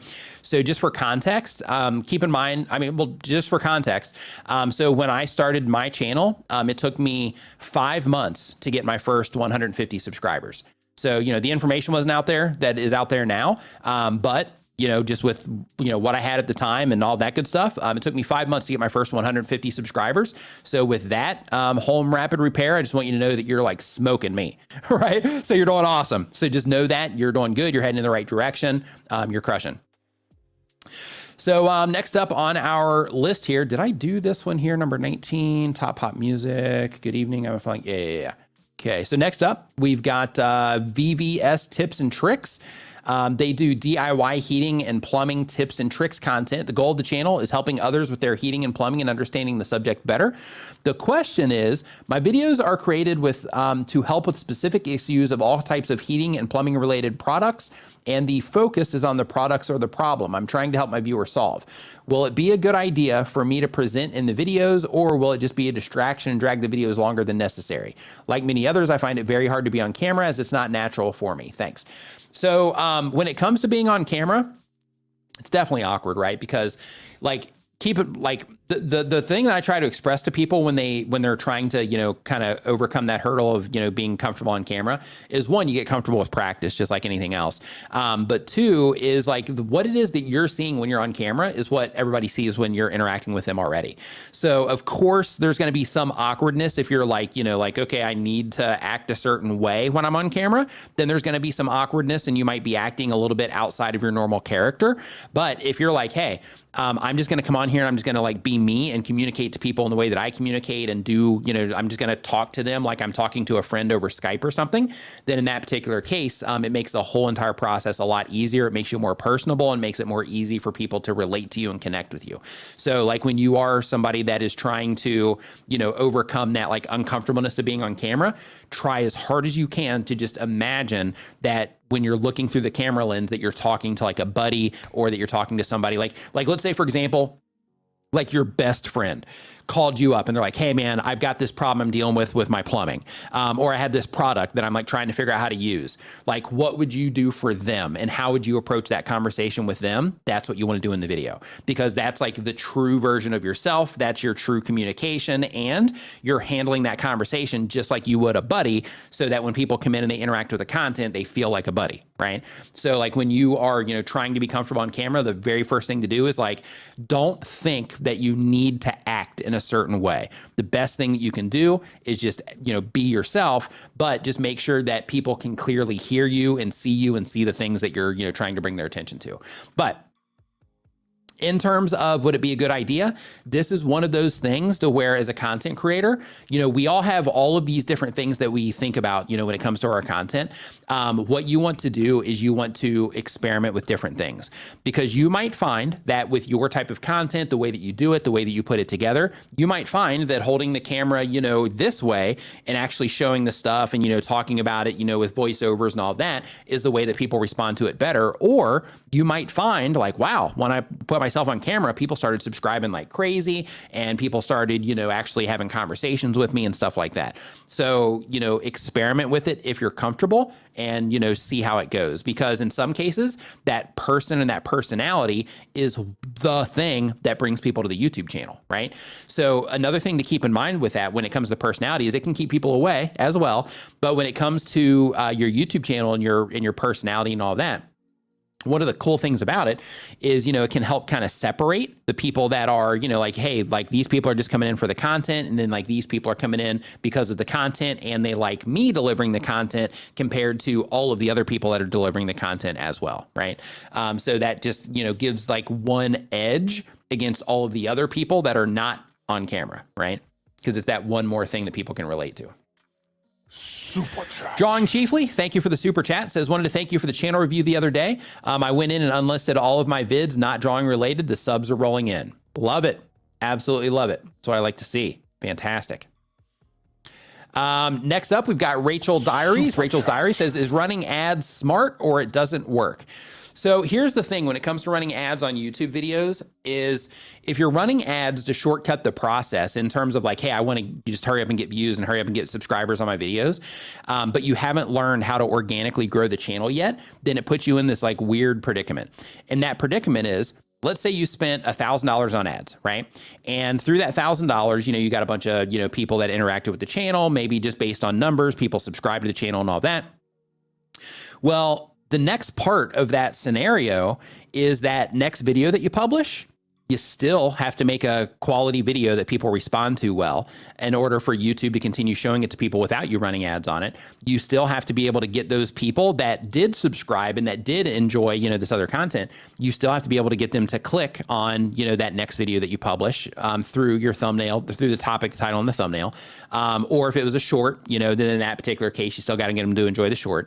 But like if you try to shortcut, and I'm not saying like you're like, taking like a lazy way, but what I'm saying is like if you try to like shortcut that organic growth process, then what happens is as soon as you turn off that ad spend, then everything grinds to a halt because you haven't learned that fundamental stuff that actually causes people to respond when YouTube recommends the content.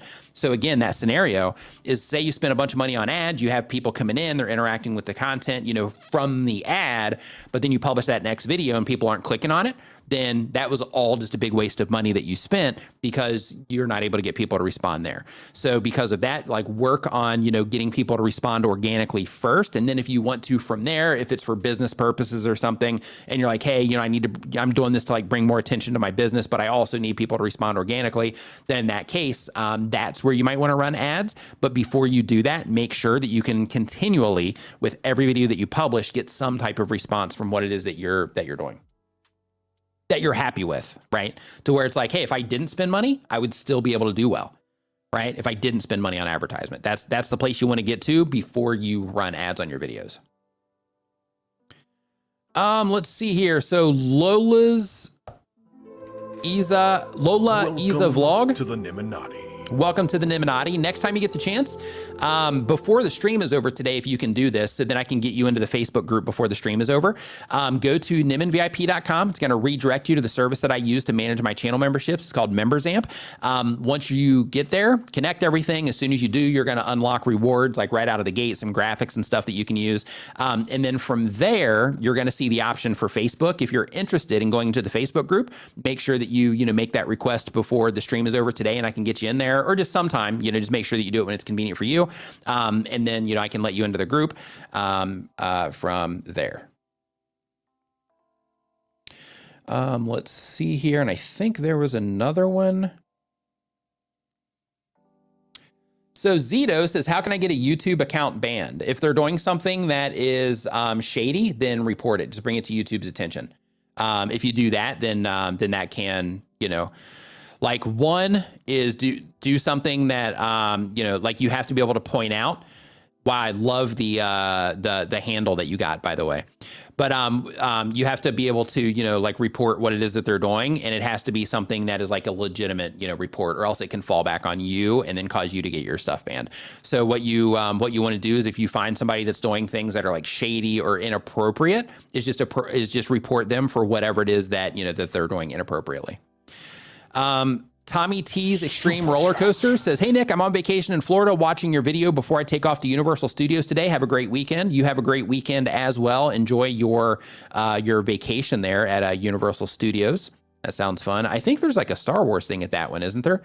If so, yeah, I hope you enjoy that if you check it out.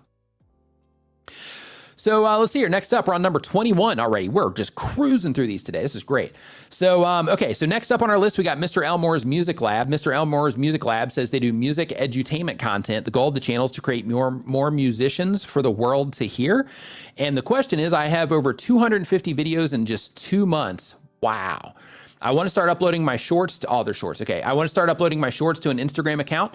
I'm going to create any strategies for doing this the right way. I can't believe how well your advice works. Just crossed 600 subs in 2 months. Thank you to everyone. This is so much fun. So it is fun, right? Like when you're publishing content, and you're like getting like any type of response and you have people like watching and enjoying it and like all of that. It feels great because it's like, you know, people are responding to what it is that you're doing. So high five and fist bump to that. But in terms of like taking your shorts content and uploading it up to Instagram, in terms of strategy for doing that the right way, I would just make sure that you are just remembering that, you know, people that are on Instagram to enjoy content there. So just make sure that the content you're publishing there, that you're just thinking like, hey, let me just let people enjoy this on Instagram. And then if you're trying to get those people to go over to your YouTube channel, then in that particular case, make sure that you're using a social bio link in your description, or not your description, but your profile, and just occasionally, you know, make a video and just let people know within the context of that video. By the way, you know, link in bio if you want to follow me over on YouTube, right? Or you can find me on YouTube, or have a little not watermark, but have like a little message that you put on your video or something like that from time to time to let people know you have a channel. But if you are going to be uploading to Instagram, might as well upload to TikTok also. Because, you know, the way that all of this stuff works, sometimes like your shorts channel will crush, but your TikTok won't, or your Instagram will crush and your shorts won't. So it's like, you know, like if you have the vertical content and you're going to be repurposing it anyway, I would put it on TikTok. I would put it on Instagram Reels. I would put it on Facebook Reels, and I would put it on Clapper and any other vertical app that you can find that will accept that content, put it there too. And then by doing that, the mission that you're on to create more musicians for the world to hear, that's going to get your message out the farthest, because you're going to be on all the different platforms and people are going to be able to find you on all of those different platforms. But again, I would definitely have, and TubeSpanner has like bio links. Like if you go to this little link right here, you'll see exactly what it looks like.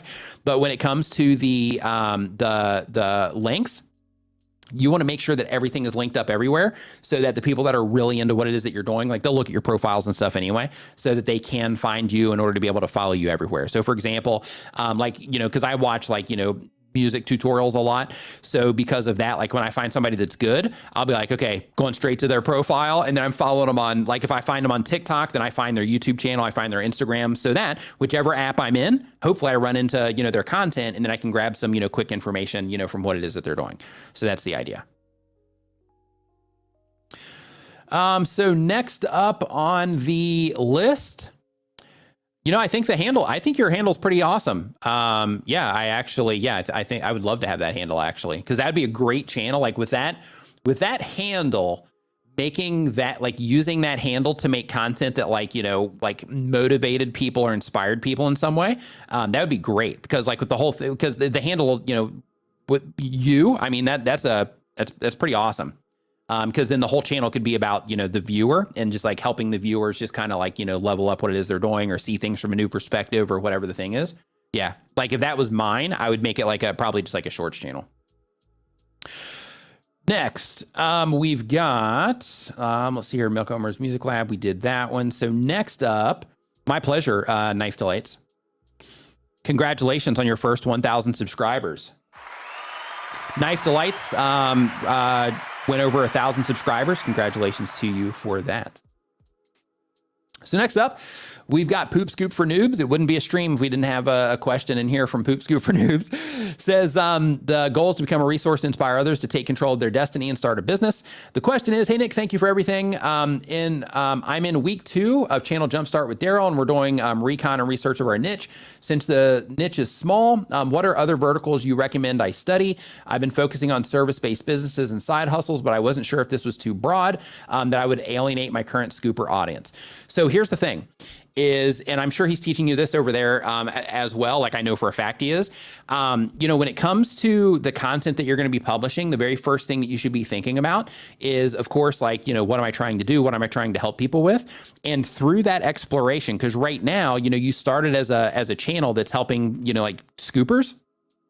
However, if you're also doing like service-based business content and side hustles, you're already taking it away from, just scoopers.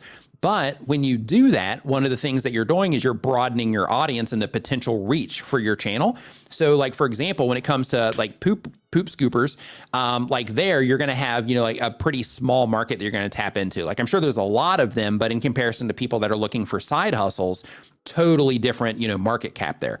So because of that, when you start, kind of, spreading out, and you're like, you know what, I'm going to go after people that are looking for just different ways to make money. That gives you a way to be able to inject your scooping stuff into that while also finding other ways that people can, support themselves through side hustles, or, just add on to what it is that they're doing through side hustles. So because of that, when you're focusing on like service-based business, that might be a different group of people than people that are looking for side hustles. Because people that are looking for side hustles, they might not necessarily have the time to do like a full-blown service-based business where they're having to like go places and things like that. The side hustle crowd, they're going to be looking for more things like, hey, what can I do online? What can I do while I'm at lunch at work? What can I do while I'm, like with that 2 hours that I have after, I get off work and before, like my significant other comes home, or before my, kids get home, or, whatever the thing is. So because of that, of course, this is going to come down to what it is that you want. But in my opinion, I think that you have much more potential if you go into like, side hustles or just something more broad than just the scooping in general. Like with the scooping, it's great. And you can be like the #1 channel in scooping. But I think that there is, a pretty substantial, or pretty low, I should say, cap on the amount of, people that you'd be able to serve there in comparison to the amount of people that you'd be able to serve that are looking for side hustles. Next, we've got Detours with Jeff. Detours with Jeff does a travel channel. The goal of the channel is to show people the cruise life. The question is, how can I make the channel even more fun? Challenges on a ship, strange topics, fun topics between the cruises. Any thoughts? Okay, first thing you got to think about if you are showing people the cruise life is think about like what aspect of the cruise life, like who is it you're trying to reach? Are you trying to reach people that are interested in like taking a cruise and they're going to be taking that like one time in their life, vacation on a cruise, therefore your content would have like a limited lifespan for them? Or are you trying to reach the people that are wanting to work on cruise ships to where maybe over time, if that's what you do, to where over time you might be able to share like a lot of information with them and they'll continue watching your stuff for as long as they do those jobs, right? So, defining who it is that you're actually after with your content would be the very first thing I would do. And then once you define that, then just running it through like, okay, this is who I'm after. So since this is who I'm after, then in that case, let me make the content that's appropriate for them. But in your case specifically, making them more fun through like challenges, things like that. Absolutely. And you can do that regardless of, which lane that you decide to go in. If you're going after the tourists or if you're going after the people that, work on cruise ships, you can still do challenges and things like that. Like, how many, things can we do? Like literally how many things can we get done? Or, hey, this cruise ship has all of these different events. We're going to see how many we can get through within this, within one day or within like a few hours or, whatever allotment that you want to put to it. But getting clear on who it is that you're after, like that is so important that that I can't stress it enough. And when you aren't clear, it's really easy to dilute your content and start, sending your channel into a direction that you may not want it to go to if you're not clear on who it is that you're trying to reach and the value that you're trying to bring. Walter's World, what's going on, man? Hope you're doing awesome. He says, this is exactly how it is on my travel channel. They watch just for that one trip and then they come back a year later for the next vacation. Yep. Yeah, so then in that case, and Tiffany's doing this right now as well, like that's where making like supplemental, like general travel tips can also be advantageous. So then that way, like people that just like to travel in general, then they can, just see your channel as something of value for like those types of things as well. And then for the destinations, then of course the people that are, there, looking for information on those destinations can enjoy those. Andrew Cannon in the house. What's up, dude? Hope that you are doing fantastic. Nice to see you in here. By the way, Andrew has a Discord for content creators. It is called Can Do, and I don't have the link handy right now, but he's a mod, so he can drop it in here. So if you do use Discord and you're looking for a place, where you can, get information from, YouTubers, and you can learn more about YouTube, and you can just interact, on a regular basis with other content creators, definitely make sure that you check out his Discord group. You can find it if you search for it under K-A-N Do. We're actually discussing okay, he's got a short link here. So we're actually discussing maybe like me hopping in there, from time to time, and, just kind of doing like, Q&As like over like audio or something like that. We're, in light discussions about that. But that'll end up happening somewhere in the near future. Knife Delights, thanks for the super chat, says endeavor to persevere. Yes. Yes. Okay, next question that we have. Number 24. There we go. Yeah, I'm not sure what that other what that one is. That one's like I'm gonna take that one out just because I'm not sure. Yeah, because it lost the link on there. There we go. Perfect. There we go. So next up on the list, we've got Super User is the name of the channel. They do animation and entertainment content. The goal of the channel says I'm uploading videos to animate famous texts. To animate famous texts on internet so that I can expand the copy pasta fan base and create a brand on it. Question: What is the approach to the YouTube algorithm when it comes to censoring, beeping out inappropriate words? My content is based on a lot of swearing and demonetization can be avoided by beeping out swearings. So when it comes to swearing in your content, keep in mind that if it's excessive, but you know this already, then yeah, you can get demonetized. I would actually use a different sound than a beep. If it was me, I would use like an animal sound, or I would make something yourself that you would actually lay on top of those instead of it being like an identifiable beep. If it was me, in addition to that, like I would just kind of limit it down. Like you do you and do your thing, however you want to do it. But if it was me, for the sake of not limiting my reach, like I would just be a little bit less, aggressive with the language.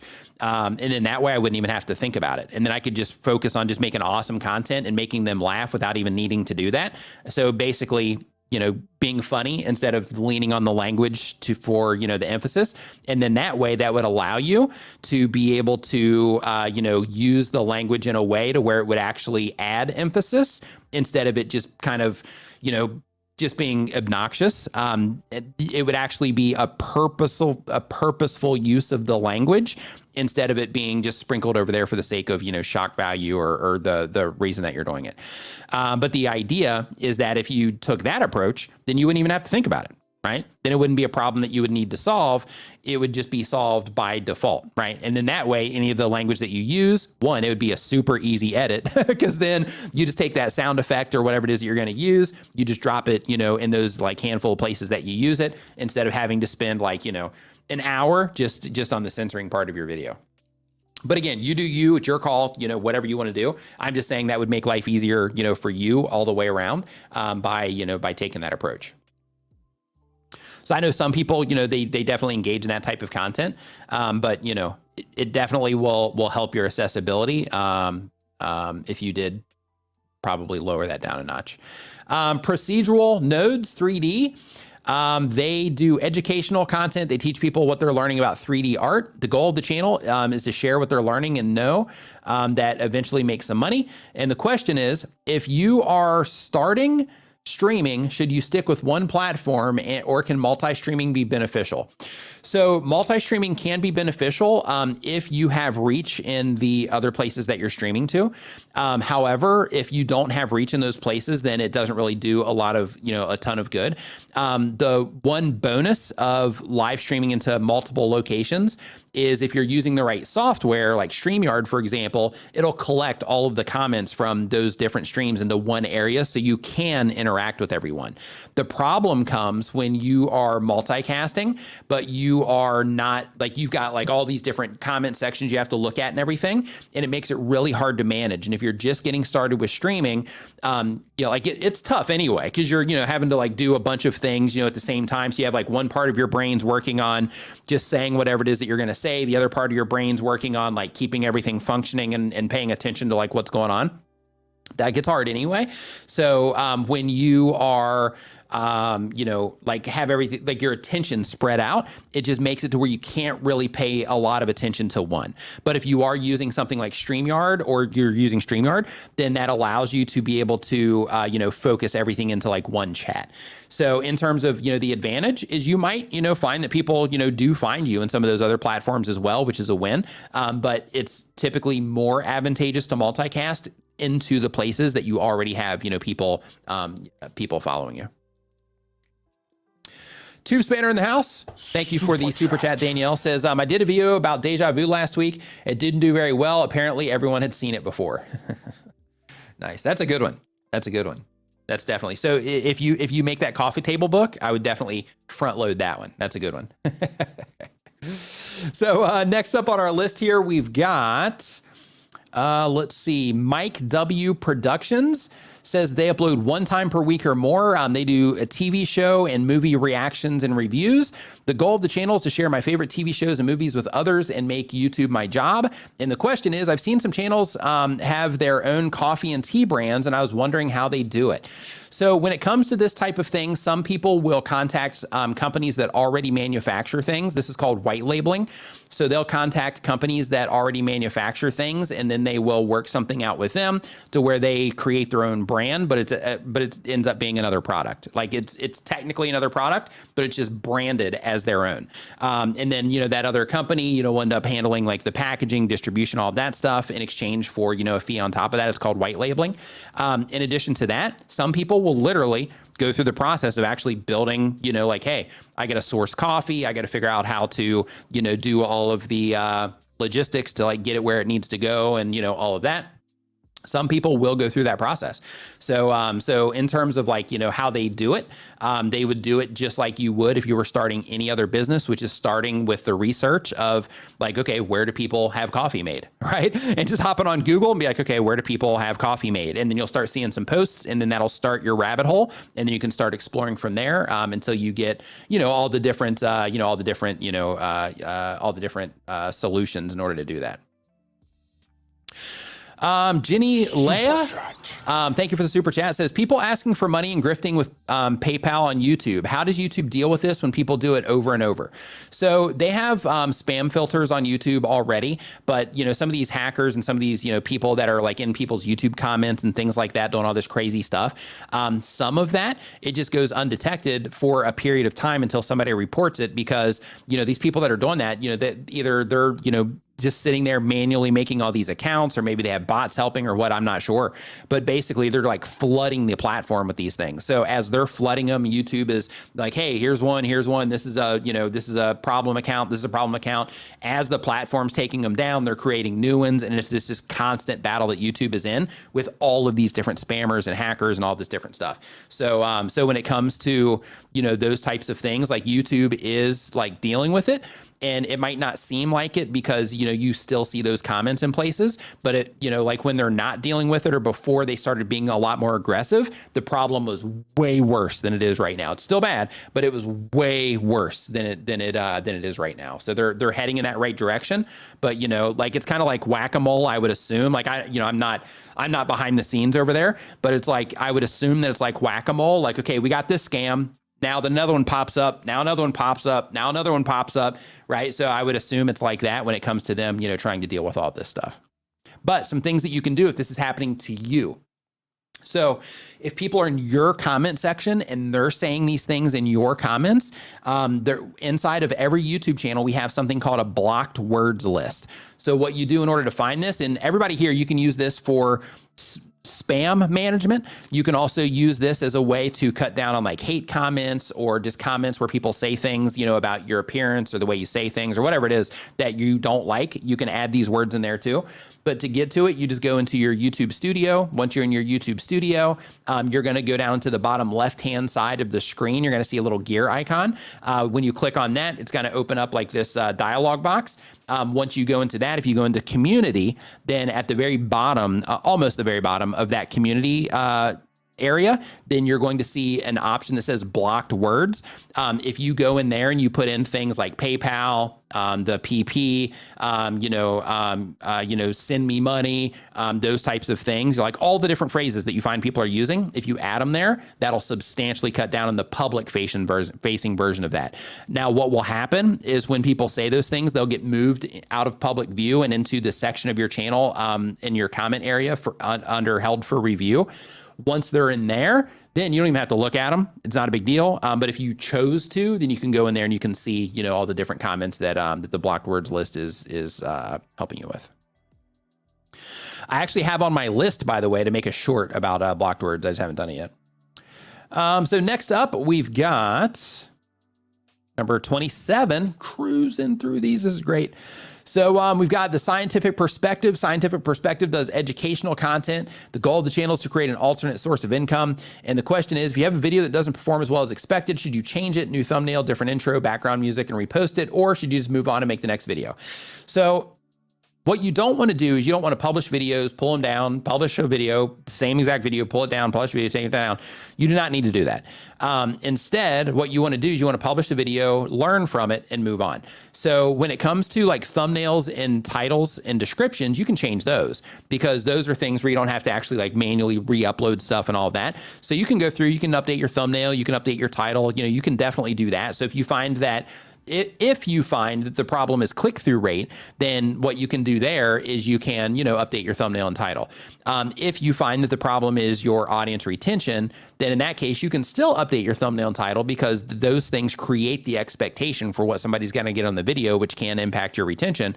But what you don't want to do is you don't want to, you know, constantly be, you know, change them every day and like all of that. You want to have your thumbnail and title, commit to it for a while, change it if people aren't responding to it, commit to that for a little bit, get some impressions on it, see how people are responding to it. If people still aren't responding to it, then maybe change it, you know, a time or two. If you find the problem is your click-through rate. But if you find that like, hey, my retention isn't that great and my click-through rate isn't that great, messing with your thumbnail and title, seeing how, you know, seeing how those changes cause people to react to it differently. And then from there, making that call of like, okay, it's the retention. I'm just going to move on to another video, right? Next. If you're enjoying the show, remember to give it a thumbs up and share it with a friend right now. Next up, we've got Ethan's Custom Lures. Ethan's Custom Lures, they do how to custom paint fishing lures. That's cool. I haven't seen one of those yet. In terms of the channel, that's really cool. The goal of the channel is to teach people how to custom paint fishing lures and maybe make a little cash while I'm at it. The question is, I would like to know how to increase my views on my long form content because they get about 100 views and then they just stop increasing. So what you want to do is first you want to look and you want to see the impressions that YouTube is giving you. So for those of you that are new to YouTube, what an impression is when YouTube shows your content to somebody somewhere on the platform. So if somebody sees your thumbnail for more than a second on a homepage, that counts as an impression. Same thing in suggested videos and so on.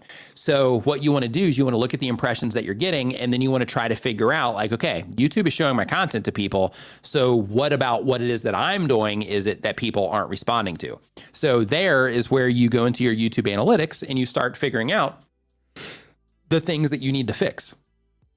So for example, if you go in, you see that YouTube is giving you impressions, but then you find that nobody's clicking on your videos, then the very first thing you got to fix in order to be able to get people into your content so you can see how they respond to it is your thumbnail and title. right? So that you can get people clicking on your video. So then in that particular case, you'd want to adjust your thumbnail and title, and then you would start getting, some views, once that starts working out right. And keep in mind, when you make those updates, it can hurt or help based on how people respond, because when you make a change to your thumbnail or title, it'll cause people to respond differently, but how differently, and will that different be a positive different or a negative different? If it's a negative different, then of course you're going to notice that people still aren't clicking on it, right?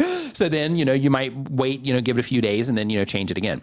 So what you need to do is first go into your analytics, confirm that you're getting impressions, and you are. Once you see that, then say, okay, well, if I'm getting 0 views, or I'm getting, what'd you say? You get about 100 views, and then it stops increasing.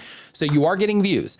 So then in that particular case, people are clicking on what it is that you're doing. So then the next step is to go look in your audience retention reports. What your audience retention reports are is if you click into your video, you can access this inside of your Creator Studio, or you can also access it in your Creator Studio app. YouTube has a app called YouTube Studio. You can download that in your phone, but you can go in, you can see your audience retention reports there. And then what you want to look for is like, okay, when somebody starts my video, how long are they sticking around?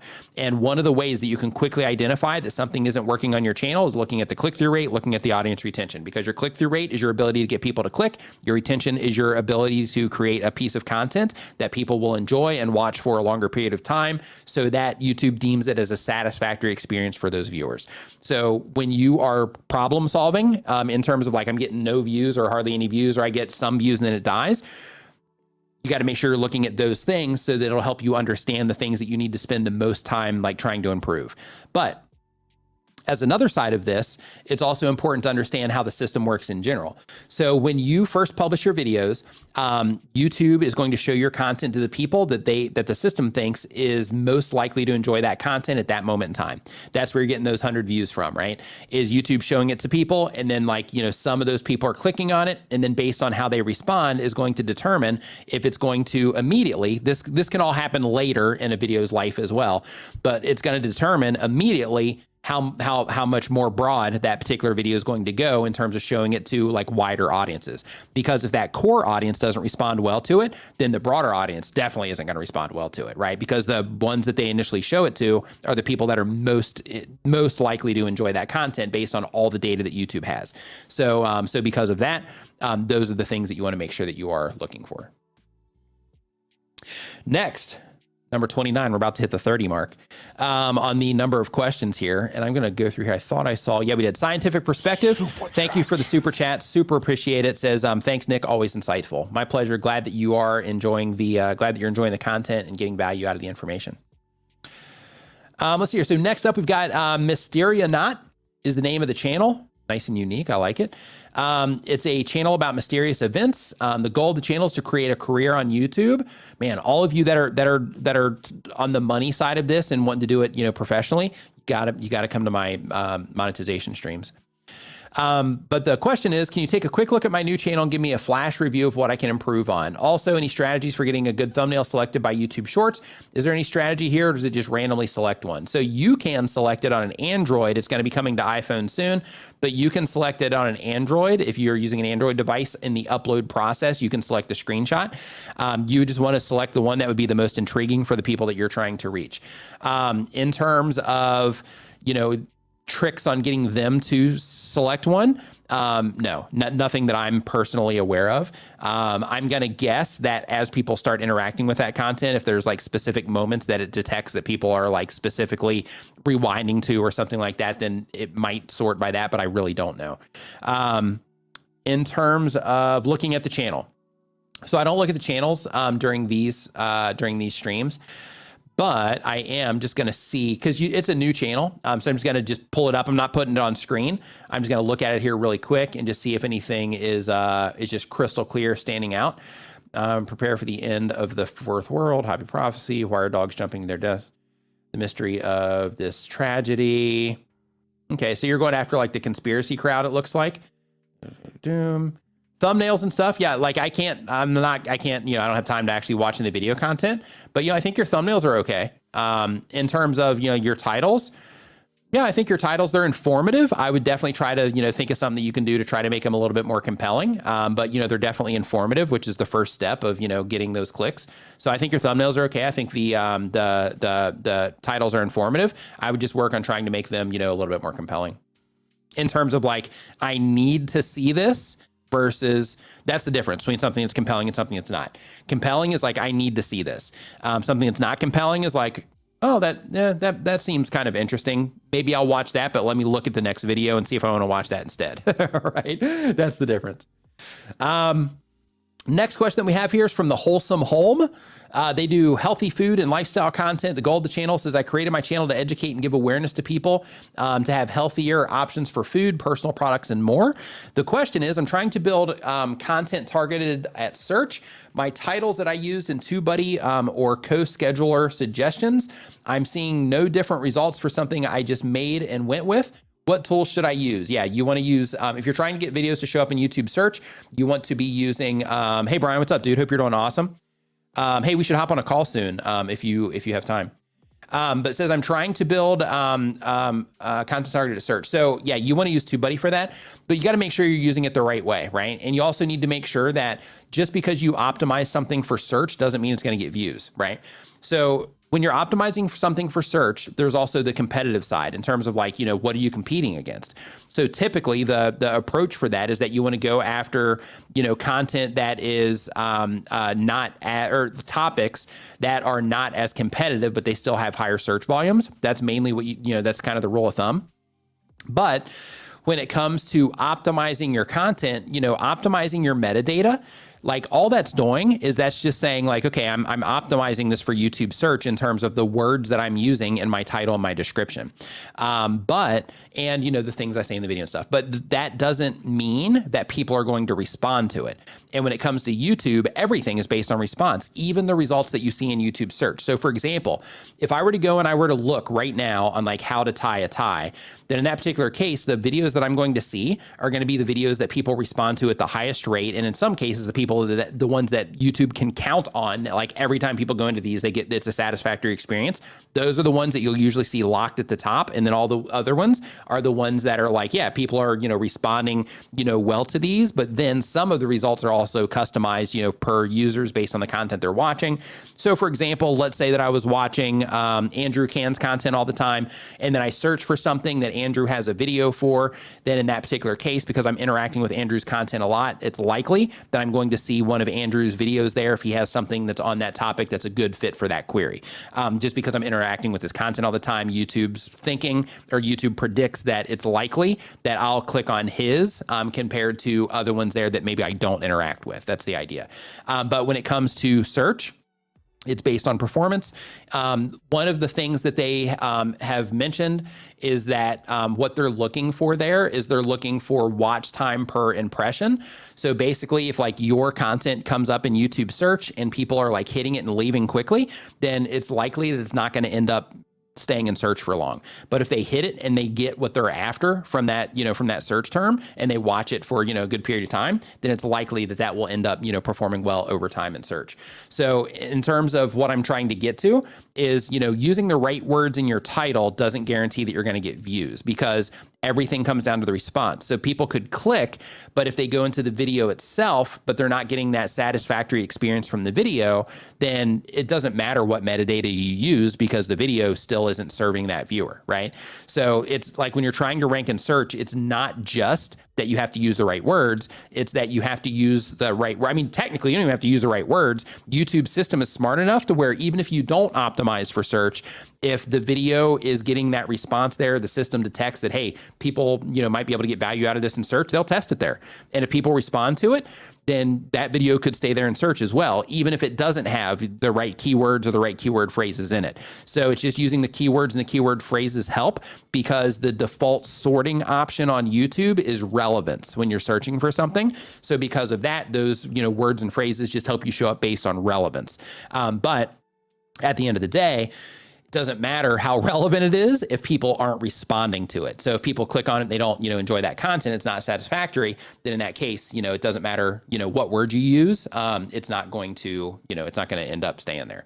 So yes, use TubeBuddy for, identifying, high or low competition, high search volume, keywords, and also to help you, optimize your videos properly and stuff like that. But just remember that your ability to rank and search is also going to come down to your ability to grab somebody's attention, with that search optimized and compelling title, and your ability to compete with the other videos that are in there in that search term.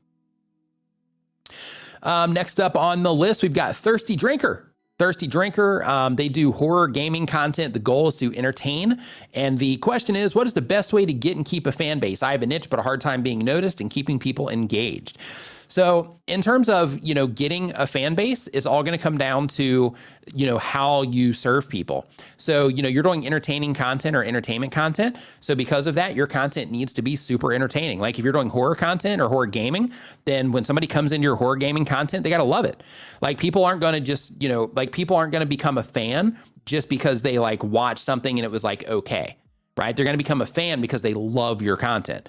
So because of that, the only way that you can get fans and that you can keep fans is by giving viewers content that they love or that they get, some type of real value out of.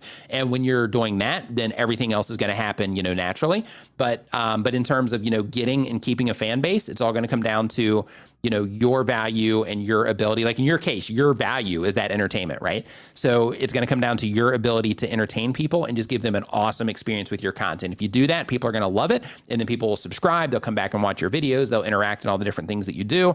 But if you don't focus on creating that awesome experience for them, then you can't expect people to become a fan of your work if you're not trying to make that work the best that you can for them, right? Because if we were just a rant for a second, if we were publishing videos to YouTube just to get videos up and it was about us, then in that case, it would just be okay, well, I'm just making this for me and I'm not expecting other people to watch it. But as soon as you switch that approach to I want fans, I want people to, to interact with my content and share it with other people, I want views, I want subscribers, I want all this other stuff, then you have to, change the way that you're approaching what it is that you're doing. Because then you're not just making content that you enjoy, you're making content that you enjoy for other people, right? And when you do that, everything changes. Because then it goes from okay, I'm just making what I enjoy and I'm gonna, focus on doing everything just like I like to do it. It changes to, okay, I'm gonna make the content that I enjoy, but because I'm making it for other people, now I need to make sure that I'm making this content in a way that other people enjoy. And then you have to learn through your YouTube analytics, through your audience retention report specifically, you have to learn how to, design your content and create your content in a way that, people enjoy it at the highest level that you're willing to push to. Because, some people, they'll get to a certain place and then they'll be okay, this is good enough. It's working. This is great. I can go here without having to put in much more, energy and just kind of float on this for a while. And, some people will take that approach. Other people are doesn't matter how good it is, I'm still trying to, it doesn't matter what it takes. I'm still trying to, get to that next level. So, it's just coming down to, which, version of that you are. And then some people are hey, I'm just going to do what I want to do. And if people like it, that's cool. If they don't like it, that's cool too. And if you're in that camp, that's also fine. Right? There's nothing wrong with that either. But it's just when you start, focusing on okay, hey, I'm trying to get a fan base, you have to make sure that, everything it is that you're doing, that it's what you want to do and you are doing it in the way that you want to do it, but you're using the data that YouTube is giving back to you to fine tune things for others, right? That's the idea, because we're making content for other people. Good morning, Christina. Hope that you are doing fantastic. Next up, we got Kasib online. Kasib does education content. The goal of the channel is to help others make money online so they can have more freedom. The question is, I don't want a niche, and I see some successful channels that do this. How to grow without a niche. Even channels that look like they're not niched are niched in some way. Because what it is, a lot of people think that niching down is only about the content, but in reality, niching down is about the people that you're reaching. So if you're reaching people that are interested and you know that they're interested in like these certain things, you can make content on those certain things and it might seem like it's variety or it might seem like it's not niche, but all of those things are still serving that same audience. So when it comes to, channels that look like they're not, niched in any way, they are. Now, of course, there are outliers in some cases, like we'll say like PewDiePie, for example, even him, like he niches down, but he does it in like segments, right? But like in his particular case, like he still knows the audience that he's talking to, when he's making videos. Next up on our list, we've got St. John Butler. St. John Butler does New Orleans Saints content. The goal is to build a community. And the question is, I noticed that all of my traffic is from people who are not subscribed. What is the typical reason for that? So if your viewers are people that are not subscribed to your channel, that means that you have potential.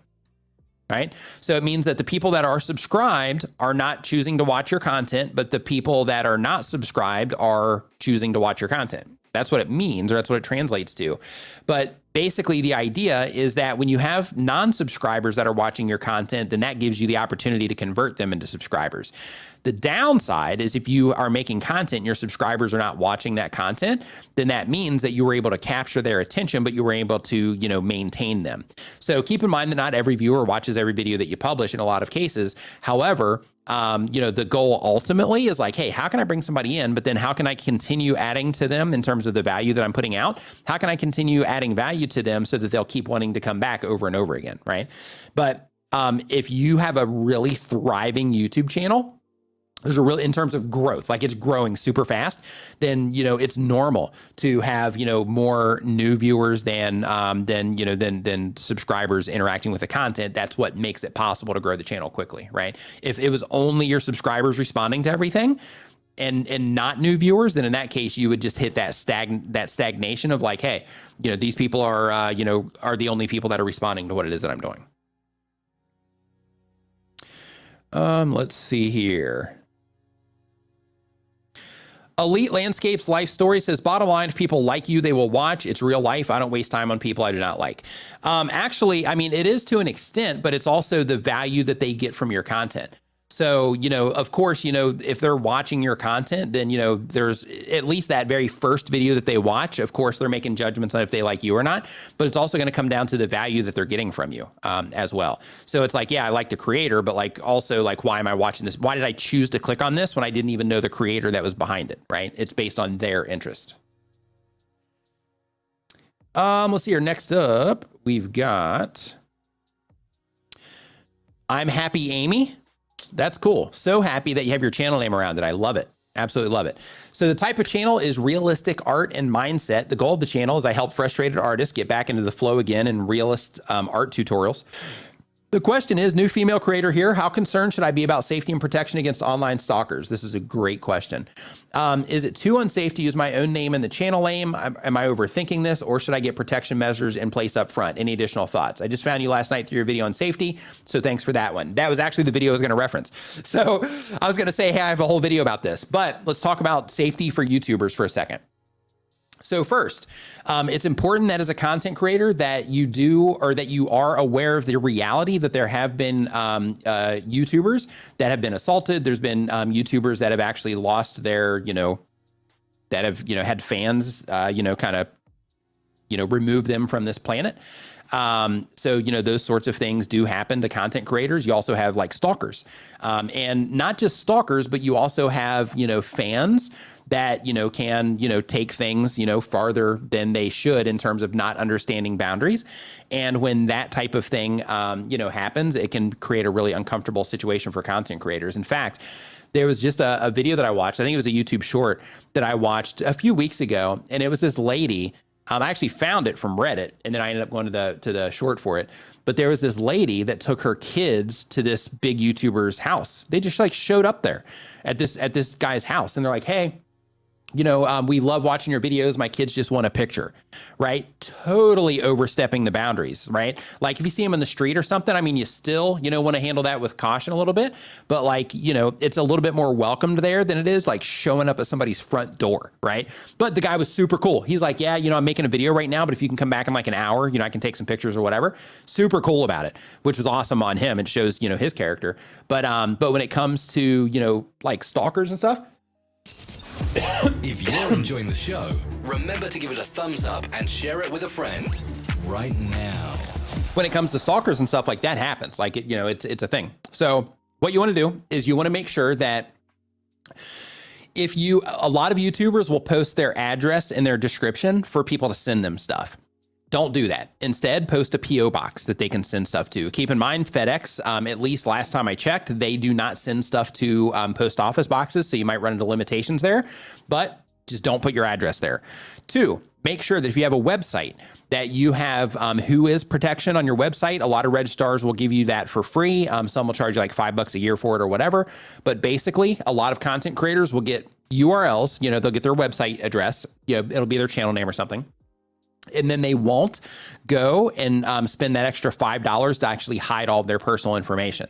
And when they do that, people can easily get your phone number, they can easily get your address, and they can get your name. So if you have a channel name, like for example, like Nutrient Miracles, if I see that channel name, I don't know their name. But if I were to go, if they had a website and I were to go look at that information, if they didn't have that Whois protection, I would get their name, their phone number, their address as well. So you want to make sure that you are, being careful there. If you vlog or you do anything around your place, if you are, concerned about this, then you want to make sure that you also don't do anything where you're walking just right out in front of your house, because then they see you walking out the door and they'll see the house behind you. They'll know exactly what house it is. So then in that particular case, if they trick you through sending you an email and getting like your IP or any weird stuff that people do for that, then in that case, that puts you in that scenario to where now they'd be able to identify the exact house that you live in.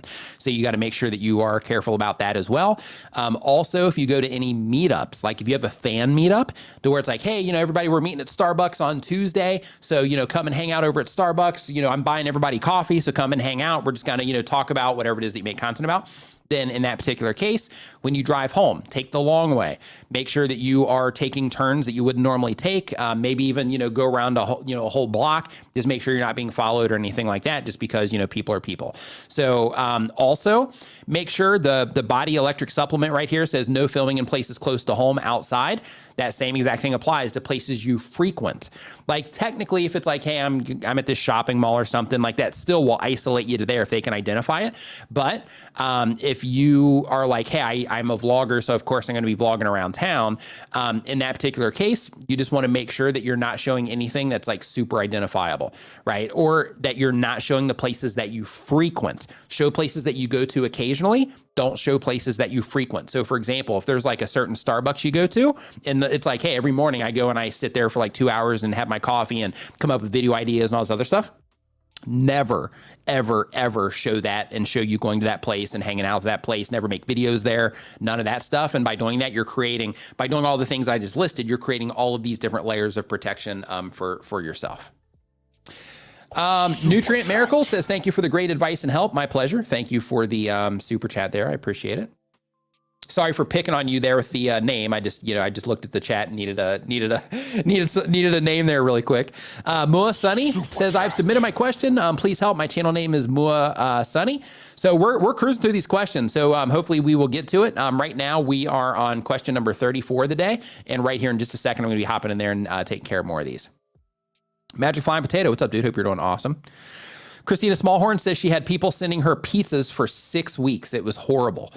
So yikes. Yeah. So yeah, you find that too. And you also have other things too, like where people, like when they know your address and stuff, to where they, can do other like shady stuff, like having, other people show up at your house. And yeah, it's just, you want to make sure that you are, being safe there.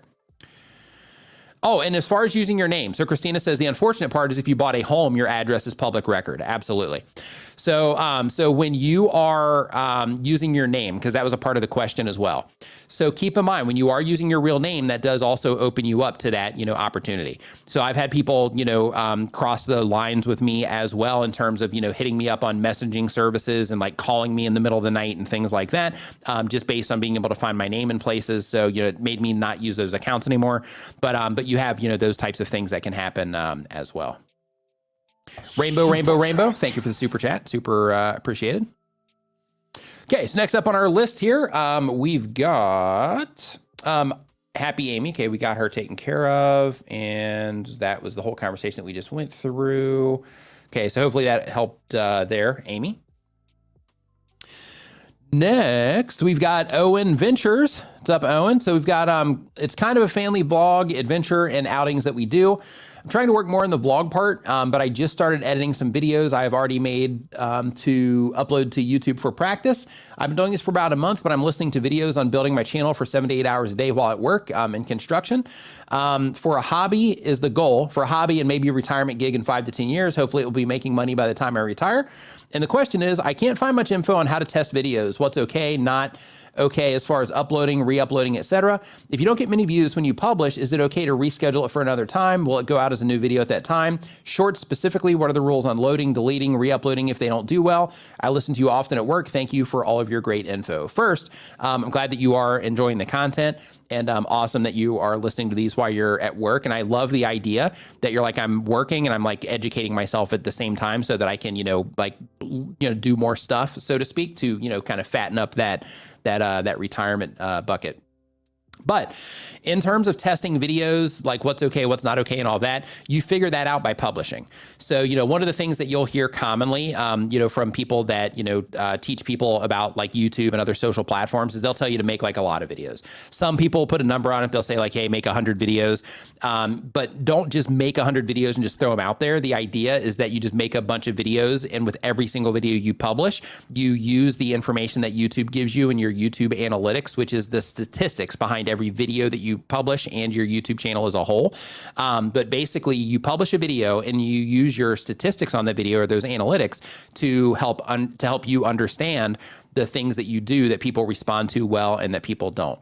So it would be great if we could just publish one video and learn everything that we needed from that video. But unfortunately, it doesn't work that way because you have to look for patterns over time. Like you can learn a lot from one video, but you have to make sure that what it is that you learn from that video that you can prove through uploading additional content, right? Because theories are easy. You can be like, oh, I bet it's because of this, but then you don't actually find out if that's true or not until one, you look for it across multiple videos, or two, you test it with new videos that you publish.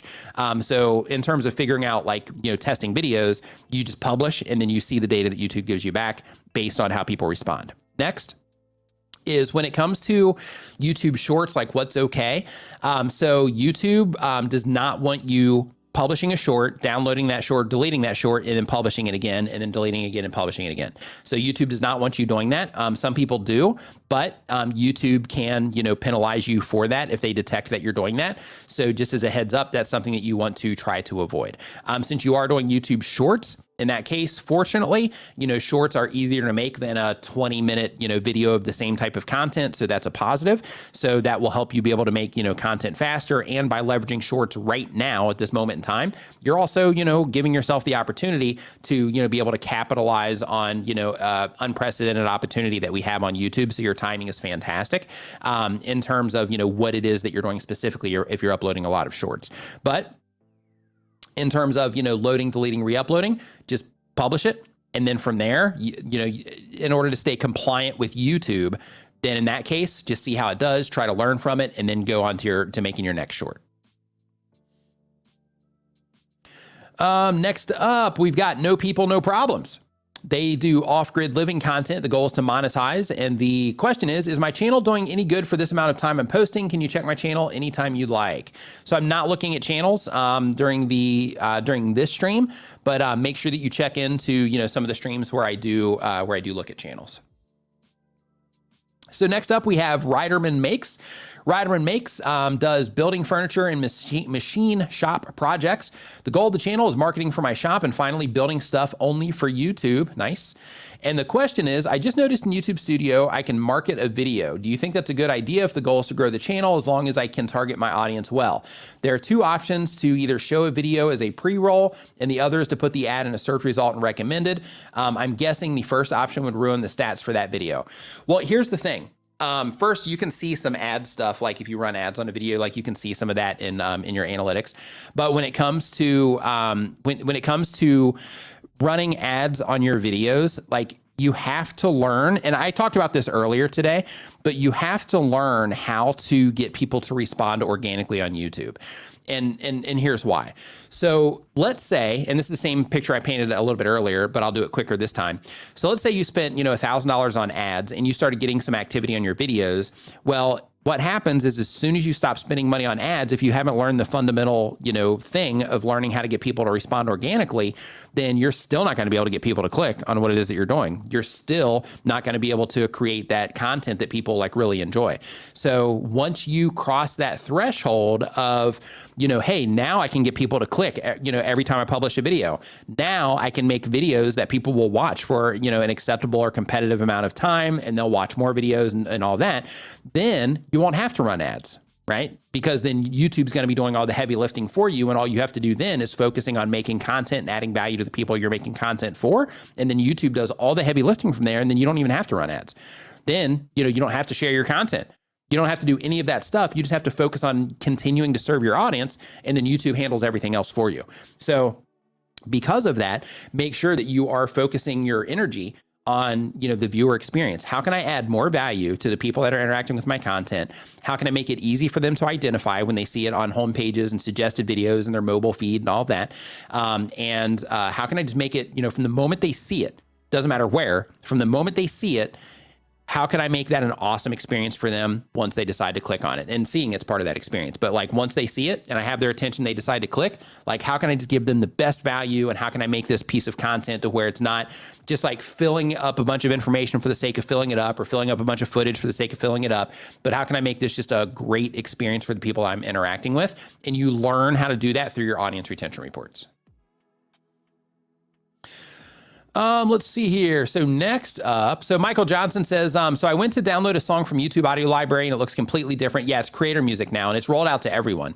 Says not a fan of them being able to split revenue. Is there a way to still use old instrumentals? So everything you do now has to be done through creator music, but we have free music available for you. We don't have the library that they have yet. Like we're still working on that part. We've got a lot of stuff, but it's just not, all on the site yet. But if you go to creatormix.com, like we've got music you can use over there, and it's all instrumental. So, so you can use that without copyright problems. But when it comes to creator music, if you are going to use it, because it's a cool service, like they've got, some cool stuff in there. But if you are going to use it, make sure I have a video that I put out, and you'll see the thumbnail. But basically, if you just look Nick Nimmin creator music, then it should pop up in YouTube search. But just make sure you watch that before you use it, so you can just understand what you're getting into. Because it's cool. And, as long as it's like a, like perpetual license and stuff like that, it's good. But there's like these little nuances that can end up causing like frustration down the road. So just make sure that you understand what you're getting into through, either reading through all of their terms yourself, or through watching that video where I kind of summarize the things that you need to make sure that you're, being mindful of. Let's see here. So Lola Isa Vlog says it's hard to get 10 subscribers in one video. So, I mean, it depends, right? So, some content is more subscribable than others. Some channels are more subscribable than others. But, sometimes, let me show you something that's going to blow your mind here really quick. Give me 1 second. I was going to make sure, let's see, let me go here. Yeah, this is, like they would say in the Matrix, this is going to cook your noodle. So let's go to this particular one. Let's go a few down. Let's go to the settings video. Let's see what that one's at now. Boom. Yeah, see, I can't show you that. Yeah, because it has the dollar amount on there. Anyway, I have one video here. This is what I was going to show you, but it's a video on YouTube settings. Granted, it's got like 1.4 million views on it, but this particular video has 51,000 subscribers on it. On that particular video. You know what? I can show you the revenue. I just can't show you the CPM stuff. So yeah, I'm going to show this to you just so that you can, so you can know that when you are, publishing videos to your YouTube channel, that, one video. And this is why it's so important to make sure that, like, if you're trying to grow your YouTube channel because, you're trying to, either secure your brand or you're trying to, turn this into something, you're one video away. And that's why it's so important to make sure that you are focused on the viewer experience, right? Because that one video, like this one, 1.4 million views on this particular video, 51,000 subscribers on that, and almost $6,000, from that one video. And this has been online for since 2019 is when this video got published. So, you know, like one video can make a huge difference on your YouTube channel. I've got another one here. Let me go into this one. This is also a big one. Let's see here. Let's go into since uploaded. Yeah, like this one here. And it's died off since. I'll probably go and update my thumbnail or something for this. But like this one too, like 2.8 million views on this one. And you can see it's pretty much had its life cycle. So I definitely need to update this one in terms of like, you know, thumbnail and stuff. But here, this one video, 64,000 subscribers, $7,000 on that. So, you know, like one video, and this is why, you know, like you constantly hear me saying, like, you know, like focus on making good content, focus on adding value, focus on thinking about the viewer experience and thinking about how if somebody comes into your video, like what can you do to better understand how viewers are interacting with your content so that you can create that great experience for them. If you can do that, then, you know, you can have that one video that brings you 60,000 subscribers or 50,000 subscribers, but it's hard to make that video, right? But you got to learn. Chris, what's up, dude? Hope that you're doing fantastic. Nice to see you in here this evening. Hope that you are doing well. But yeah, I'm sure he can attest to the same thing. Like if you look at his channel, you know, like I'm sure he's got, you know, a nice core amount of videos on his channel that, you know, like that one video, you know, has brought in like a substantial amount of viewers. Like it, you know, if you look at, you know, channels that are thriving, you know, it's typically to where they'll have, you know, some power videos that have added a lot to all the numbers. And then, you know, all the other videos just keep stacking on to, you know, what it is that's happened there. Retired Working For You says, hey, Nick, I'd like to start a live show where viewers can call in throughout the show. Ideally, I'd stream the show to both YouTube and Facebook at the same time. Any solutions? Absolutely. So you can do that through Discord. I actually have a video on my channel on how to take a live stream show. Or how to do, here, give me 1 second. Yeah, it's been so long since I've made this. I'm in live call in. Yep, here we go. So this right here, I'm dropping it in the chat right now. We'll show you how to take calls on stream. So this particular method is using Discord. And when I was doing that, when I was doing the live call-ins, how we would do it is we would have it to where, and I can actually, like, I can send you screenshots later. I'm streaming now, so I can't do it right now. But when the stream's over, I can send you screenshots of kind of how it's structured. But basically in the Discord that we had for this, we actually had like a staging area. So basically somebody would come in, just like you would hear on like radio talk shows and stuff, to where like somebody would come in and they would go into the first staging area that was like, you know, just kind of prepping them, making sure their audio was good, those types of things. And then once that was cleared, it would move them into the next room. And then once they were in that next room, then they were like the next caller, or no, that was the staging for like people just being in that room. And then as I was finishing a call, one of those people would be moved into the next call room. And then that would tell them like, hey, you're like next up. And then once I was ready for the call, then I would actually bring them into like the main like live room. So that video should have some of that same information in there. But if you need help setting that up, I can connect you with the person that set mine up for me. But I think that particular video will show you, you know, pretty much everything you need. But if you do need, you know, additional help, just let me know and I can connect you there. Let's see here. So yeah, it's pretty easy process and people really like it too. You know, with doing those call-in shows, and it was a great way. Like I loved it. I don't even know why I stopped doing it. Maybe because we stopped using that Discord maybe. But basically, you know, when we were doing those, it was pretty cool. Like, you know, it was basically the same exact thing here. And then basically I would just be like, hey, you know, what's your question? What's your channel about? And it was cool. Like in my case, and you'll probably do something similar, you know, with yours, with people wanting to know stuff about Thailand. But in my case, it was like, I could ask the nuances to where like here in this form, I've only got like a limited amount of information about, you know, the problems people are trying to solve. But I can, in that case, I was like, hey, did you try this yet? Did you try this yet? You know, maybe you could do this. And they'd be like, oh yeah, I tried that already. And, you know, like it was great for being able to just add, you know, those multiple layers of, you know, clarity to different ideas. But yeah, if you have any issues with that or whatever, just let me know. Next up, we've got Remote AMT. Remote AMT uploads when they have time. They do aviation mechanic advice and coaching content. Goal of the channel is to grow the aviation maintenance community and help aspiring mechanics grow their careers. And the question is, how can I drive more traffic to my website without feeling like I'm pushing it down my viewer's throat? All you got to do is just, when you're introducing yourself in your videos, is you just mention that you are, your name from whatever the website is. And then right there at the very beginning of your videos, you're not cramming it down anybody's throat, but you're letting people know, like, hey, this is, this is who I am, and I'm, from this website. So you're spreading awareness about that website there. So you can level that up, of course, by having a lower third, which is like a graphic that shows up kind of like this, but basically it's a graphic that shows up on your video, to where, as you're saying, like in my case, if I was like, hey, I'm Nick from tubertools.com, then in that case, my name would be on there. And then I would have, tubertools.com down there in the lower part of, that lower third. So when you do that, that lets people know that you have that website available.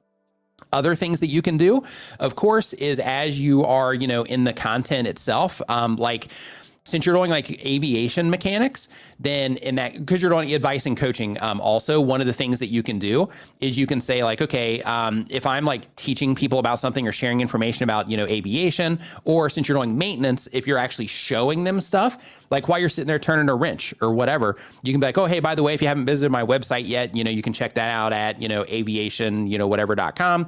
And, we've got like all kinds of other helpful resources over there for you. But anyway, once you get this thing nice and loosened up, the next thing you want to do is, XYZ. And then by doing that, you have the initial opening where you're letting people know about your website. And then you have, that little blurb that you end up throwing in there, and just a comfortable spot. You don't want to interrupt the viewer experience for it. You just want to do it while something else is happening. And then of course, if you wanted to, you could have, I wouldn't actually like pitch it at the end, because you actually want people, for YouTube performance, you want them to watch another video. So I would pitch that at the end before you do anything else. But if you are going to spread awareness about your website at the end, you can tell them, hey, if you watch this video, then, I've got more videos like this here into this playlist or whatever. Or you can go ahead and click into that now, so that the people that are going to do that will do it. And then you can say also, if you want more, resources, blah, blah, blah, you can check out my website at blah, blah, blah. Thanks for watching. I'll see you in the next video. And then that would give you like 3 solid spots that you would be able to add that. Chris, thanks, man, for the super chat. I appreciate it. Next up on our list here, we've got Chair Yoga with Barbara. Chair Yoga with Barbara does accessible fitness for seniors. The goal of the channel is to monetize and teach as many seniors as possible. The question is, I'm already an Amazon affiliate, but I haven't seen any sales, even though there have been many clicks. What else can I do to make money for my type of channel? So keep in mind, and we talk about this extensively in our monetization streams. I've got another one coming, I think it's Monday. It's either Monday or Tuesday of next week for another monetization stream. But we talk about this stuff extensively there. So I recommend that you check out some of those replays. Paul Peck, what's up, dude? But one of the things that that you have to think about when it comes to promoting things as an affiliate on YouTube is you have like a passive version and you have an active version. So the passive version is where you just put links in your description to, things that would be relevant to your audience. One mistake that a lot of content creators do is like they have an audience of people that are not content creators, but then they'll just put a list of like the equipment that they use for their videos. Some people recommend that you do that. But I recommend that instead of doing that, you think about, okay, who's watching my videos and what kind of things do they care about? And then you put a list of those things down there. Like these are my favorite, whatever, based around the type of content. So in your case, you're on fitness stuff. So it's like, hey, these are, this list of things are like my go-to fitness items for people our age, since you're doing, accessible stuff for seniors. Other things you can do is, of course, you can sign up for their influencer program, and you can actually create an Amazon store, and then you can have that one link go into your store, and then you can showcase all of the things that you recommend through that. But that description link is like the passive approach to affiliate marketing. However, if you want to be active, then in that case, that's where you actually mention that you have those links down there in some of your videos. That means you also do some like review content where you're actually like, hey, this thing versus this thing. So then that way you're at least doubling your opportunity to make a sale. But it's like this thing versus this thing. These are the positive and negative things about this, positive and negative things about this, make the choice. And then you also have it to where you just individually review like one specific thing. And it's just like, hey, this is our, product of the month. And then you have that and you work that content into what it is that you are publishing. So it's like once a month, I put out this, product of the month, of fitness stuff for seniors. And that particular video is literally made for the purpose of spreading awareness about the products that you care about and that you think would add value to your viewers. And you are making that for the goal of driving affiliate sales. So then in that particular video, you're showing all the, positives and minuses. You're letting people know positives and negatives. You're letting people know that you have links down in your description, if they want to check it out for themselves, those types of things. Hopefully that helped. Let's see here. Next on our list. Okay, so we got that. Okay, so next up, we've got, we're on number 40 now. Crushing through these. Love it. If you're enjoying the show, remember to give it a thumbs up and share it with a friend right now. So next up, we have Denise Smith Creative. Denise Smith Creative does watercolor knowledge and product reviews. The goal of the channel is to share knowledge of the media. Question is, on my dashboard, YouTube is recommending collabs and live streams. So I need to do that to be successful. No, you do not.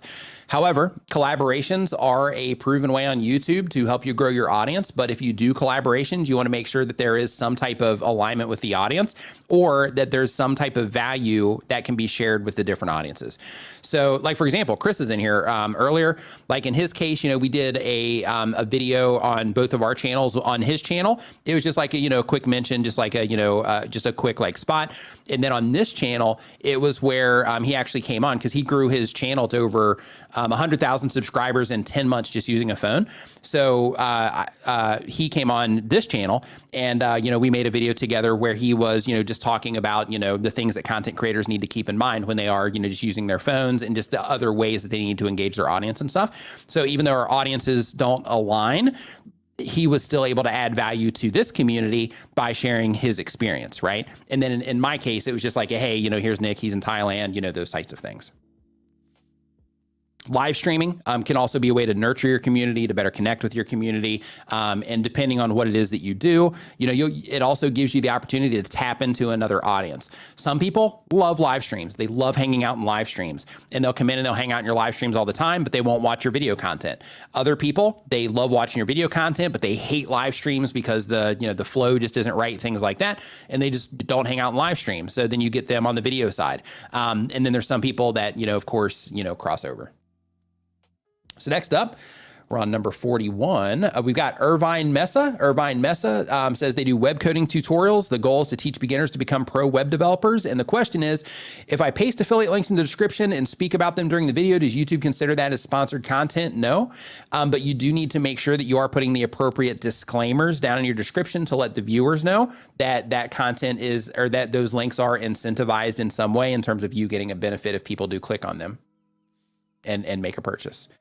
Next question we have is from Fan YT. They do daily content, gaming content. The goal of the channel is a hobby. And the question is, when you upload a video to a playlist, let's say you're doing a Let's Play series, how long would you continue to do the series if some videos here and there do not get views?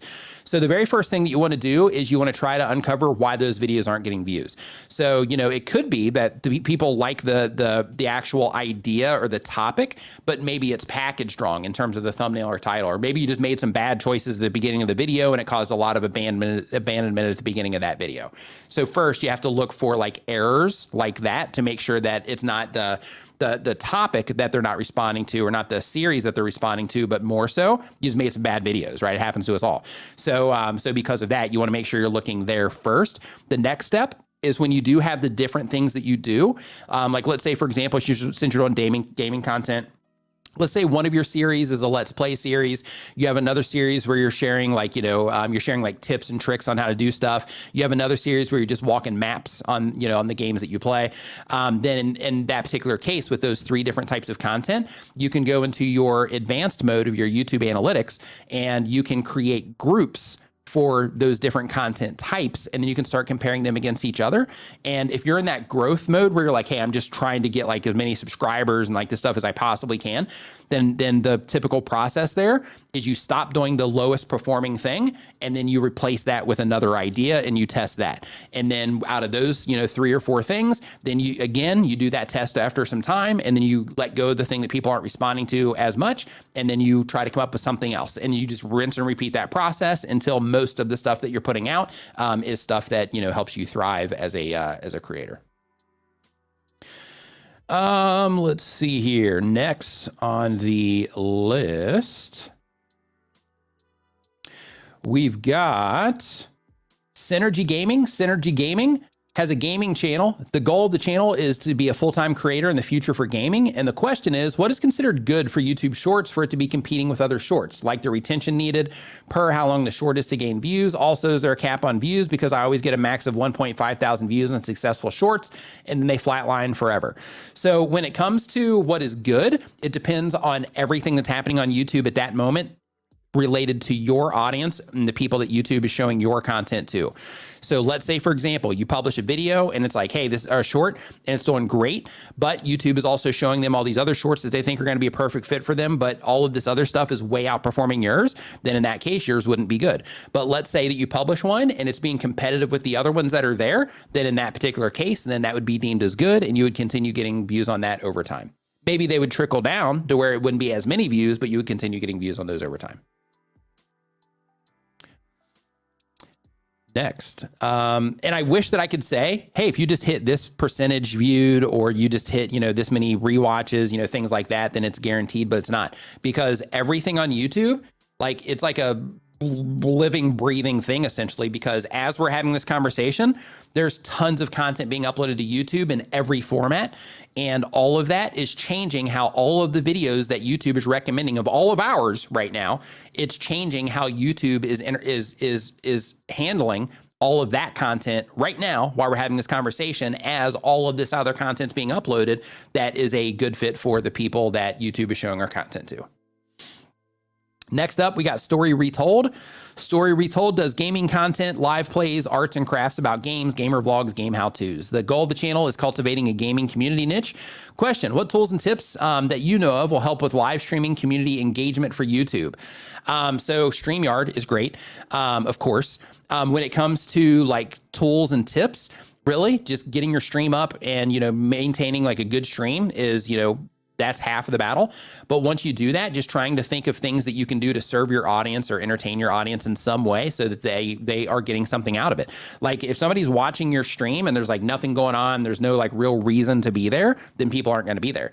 But if, you know, if people are coming in and they're like, hey, this is pretty cool, or this is entertaining, or this is funny, or hey, I'm learning something here. Hey, this is like, I don't know what's going on here, but like watching this, I feel like super fired up. Like, for example, if you start watching like a Dr. Disrespect video, like you don't even know what's going on, but it's like, wow, this is pretty incredible. I don't even know what's happening here, but I'm going to sit here and watch this for a bit. Right.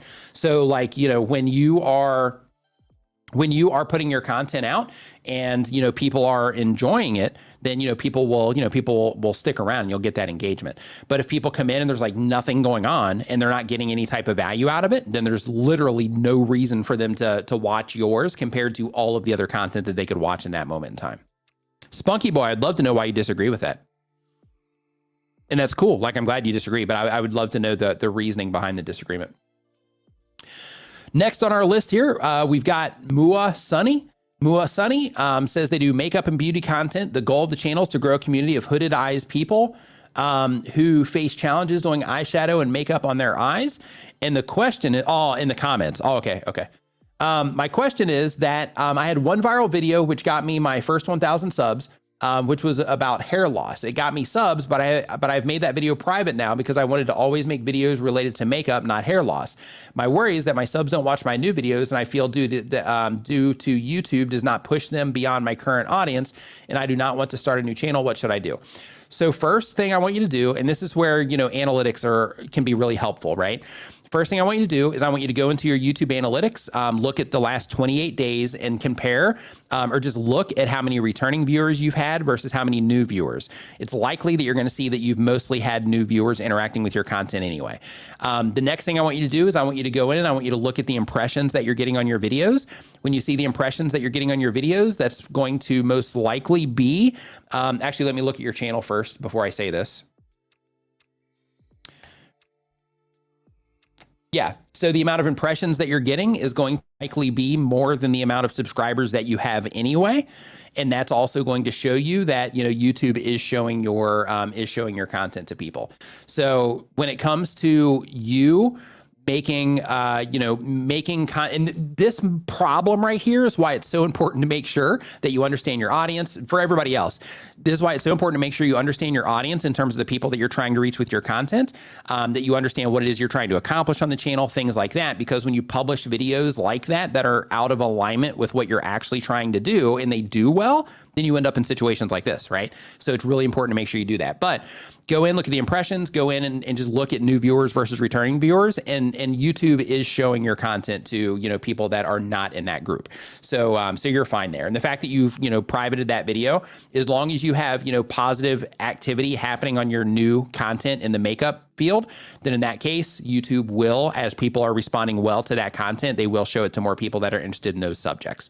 And keep in mind that, if your videos are not doing as well, instead of thinking by default that, in some cases it could be that, YouTube is showing it to the wrong people, but instead of defaulting into my videos are not doing well because, YouTube is showing them to the wrong people, instead of defaulting into that, instead go in and look and see how people are responding to what it is that you're doing. Go look in your analytics, see, how much are people clicking on my content compared to the impressions.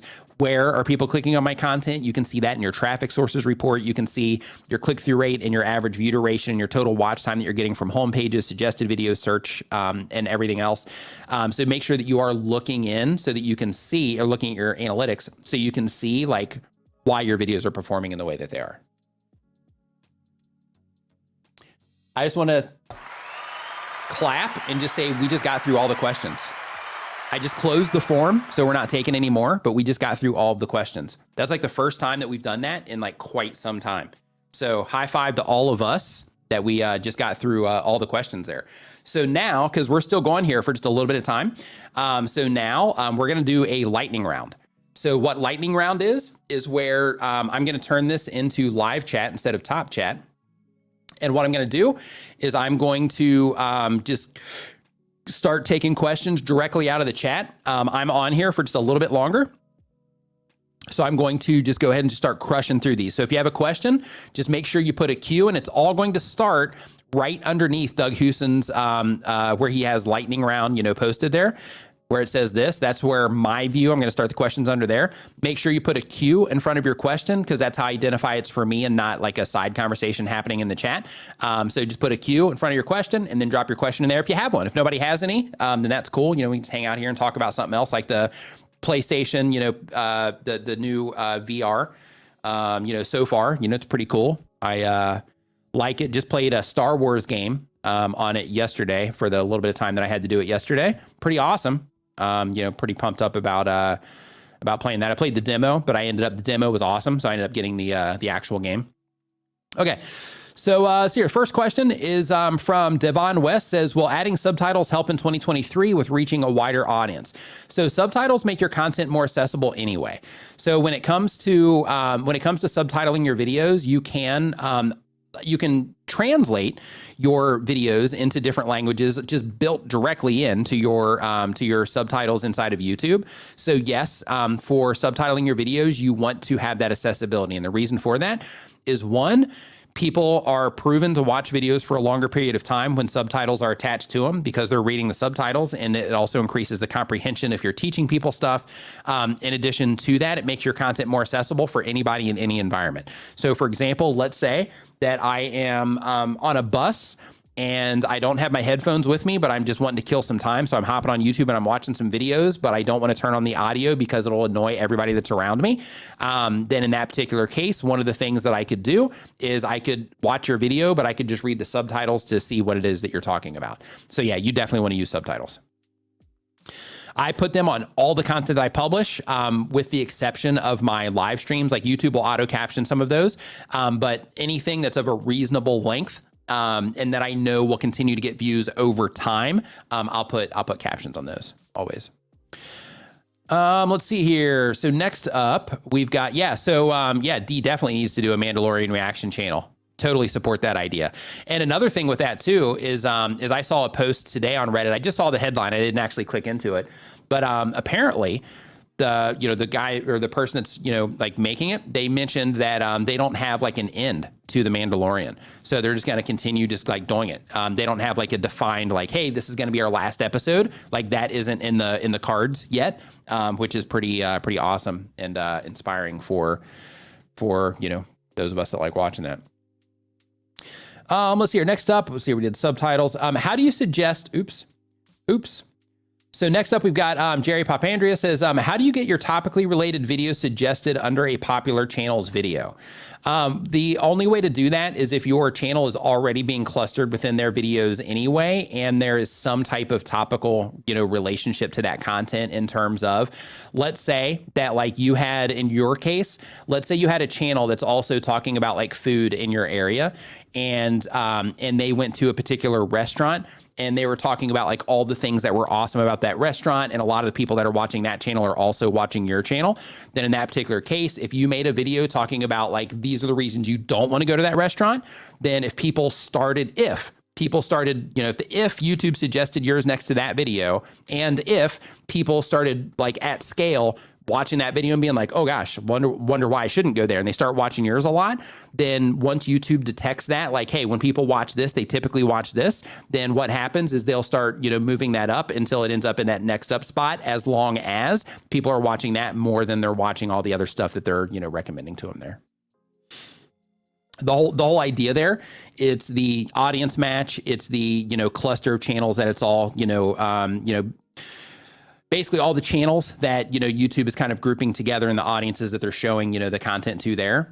That's where, those things need to be in place. So like, for example, like, since you're talking about like food, videos in your area, if I were to, make one of, a video about, something that I do, then in that particular case, unless one of my viewers or somebody that YouTube thinks would be a good candidate for my content was watching your video at that moment in time, like mine's not going to show up there, right? Even if, let's say you have a channel in your space that has like millions of subscribers on it. If they are already in their own cluster and you're not in that, then in that particular case, until you get worked into, other channels that, that channel watches, or that the viewers of that channel watch, then it's probably not going to be extremely likely that you're going to be stuck next to their video, but it is possible that you might get tested next to there. And then if you do get tested and people do respond at a high rate there, then that connection can also be made to where your content might be prioritized there. Nutrient Miracle says, what do you think of Pictory AI voices rather than humans? I think as long as they sound somewhat human and as long as they can convey the information and as long as a viewer is willing to watch that, then I think it's fine. If it's so uncomfortable that people are like, yeah, I'm not watching that, then in that case, of course it would work against you. But as long as it's done in a way or it sounds human enough that it shares the information and people will still watch it, yeah, I think it's fine. Epistome says, love your channel content. Thank you. As an independent musician artist channel, is it hard to keep it music release centered, etc.? How can one diversify the content and yes, be sustainable? Show some behind the scenes stuff. Like show like, hey, these are some things that I'm working on. This is how I make my music. These are some, other musicians I'm hanging out with. This is like a project that we're working on together. Like start giving some insights. You can use YouTube Shorts for that also, but just start giving some, like insights into like other aspects of yourself, but keep it around what it is that you do. Because, as a music channel, as you start developing fans for that, then, those fans are going to be interested in you and what it is that you're doing as well. So, sharing some content around like, hey, these are some other things that I, that we're doing, and making sure that you serve, that audience and give them, that other stuff from you, but still in alignment, like still make it around your music and, around things that would matter to them. Hey, here it is. Hey, we're in the studio. This one's, we're not making this song and putting it out there, but, but we still think that you might like to hear it. So since we're not going to make this an official release, we're just going to let you hear it anyway. And if enough of you like it and enjoy it, then maybe we will make it available on, Spotify or whatever. So, just giving them, little tastes of you outside of just your big releases would be, a way to try that. Insane McLean says, how are you doing? Doing well. Yeah, doing well. Yeah, my back is actually feeling a little bit better today. Still a little uncomfortable, but like it's feeling better today than it did last week. So that's a positive. I'm awake. You know, I felt like this stream has been a good stream in terms of just, you know, flow of thought and all that stuff. Haven't fumbled up too much, at least that I've noticed. So I'm doing well. Thank you. I hope that you're doing well also. Story Retold says, what's the capital of Wisconsin? I have no idea. I'm American, so my geography isn't that fantastic. And I don't live in America anymore either. Yellow, and I'm just not interested in it. I'm not going to blame it on being American. I'm just not interested on like U.S. state level geography. Yellow Shirt Dad says, when you upload a video with music, does it automatically place the rights into the description? It can. Like if you end up getting like a claim on it or something, then the rights will go down there. But in terms of like, you know, if you mean like the licensing rights to where you have to give like attribution, in that case, no, it does not. So you can actually get claims for not having attribution.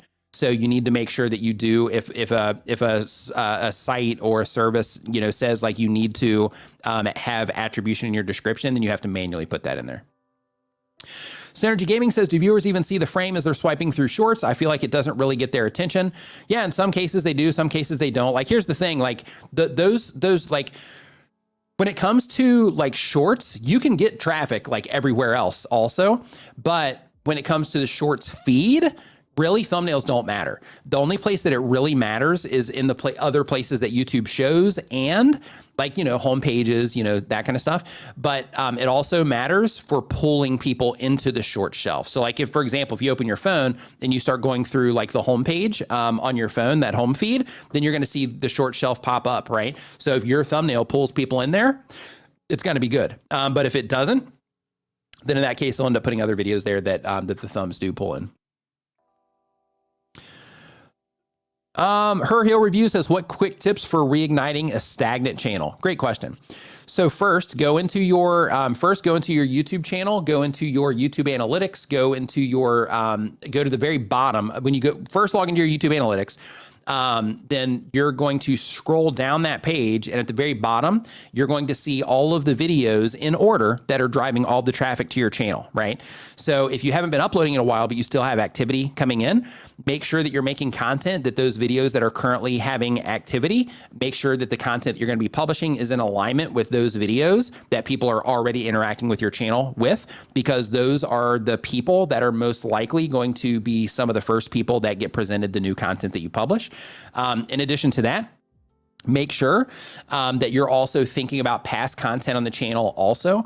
So go in and just do kind of like a refresh. Make sure that you're looking at all the videos that have like a decent audience retention on them. Make sure you're looking to make sure that like the click-through rate is okay or acceptable, you know, things like that. Refresh the things that are not. And then from there, make sure that as always, that you're super clear on who it is that you're trying to target, and that you are, you know, that you just start publishing on a regular basis, being, you know, somewhat consistent, things like that, so that, you know, people can start to rely on you again as a source for content. Just Larisha says, how do I resolve the issue with me being able to comment under people's videos? I updated the YouTube app and still cannot see my comments. Oh, interesting. I'm not sure. So you might want to send a message to Team YouTube on Twitter, just at them, Team YouTube, and see if they can help you out at all. All right. So on that note, I just want to thank everybody for hanging out. And just as a quick reminder, you know, one thing for those of you that are new with all this stuff is I know we've talked about a lot of stuff during the stream today, and we answered a lot of questions. We got through like 45 questions today. So with the, you know, questions that, you know, we talked about, you know, if you're just getting started with all this, you know, it might seem like there's like this big hill to climb, and, you know, there's a lot of stuff that you have to learn over time. But one thing just to remind you of is, you know, just like anything else that you start, YouTube, you know, has a learning curve to it. So if you're currently in that place where you're like, man, I wish I could get more views, or my channel isn't moving fast enough, or anything like that, keep working at it. And instead of just like publishing videos and doing the same thing, just like try to think like, okay, is there something else that I could experiment with? Could I try another format? Could I try another approach? Maybe I could, you know, try either another format for the same type of audience.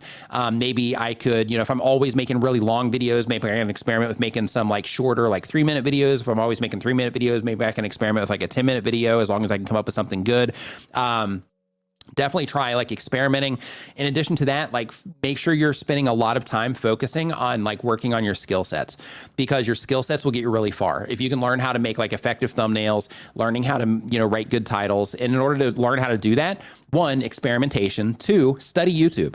Go look at successful channels and go look at, what they're doing, and you'll be able to see like, okay, all these channels that are doing well and the type of content that I make, these are what they're doing. Let me see if I can at least replicate that, learn how to replicate that so that you can, give yourself that edge. And learn how to write, effective titles as well. And just learn over time through your analytics that we talked about, through your audience retention reports. Learn over time just how to better serve your audience through the content that you're giving them. And if you focus all of your efforts on the skill sets and on, studying other people in your space that are doing well and other people that are not in your space doing well, but studying, becoming a student of YouTube, and, developing your skills, then, the path is there for you. You just have to go through the process of doing all that stuff. So don't look at it as this huge mountain to climb. Just look at it as like, hey, every video I'm published, I'm just putting, 1 foot in front of the next. And in between publishing videos, I'm working on my skill sets. And, if I just keep doing that and keep trying to improve over the next year, then by this time next year, I'm going to be in a totally different place. So just keep focusing on that and hang in there. And you'll be all right. So thank you so much, everybody, for hanging out. Hope that you have a great rest of your weekend. And since I wasn't able to play it during the stream today, I'm going to actually end this on my coffee rap video song here, so you can enjoy that. And have a great rest of your weekend, and I'll see you next time.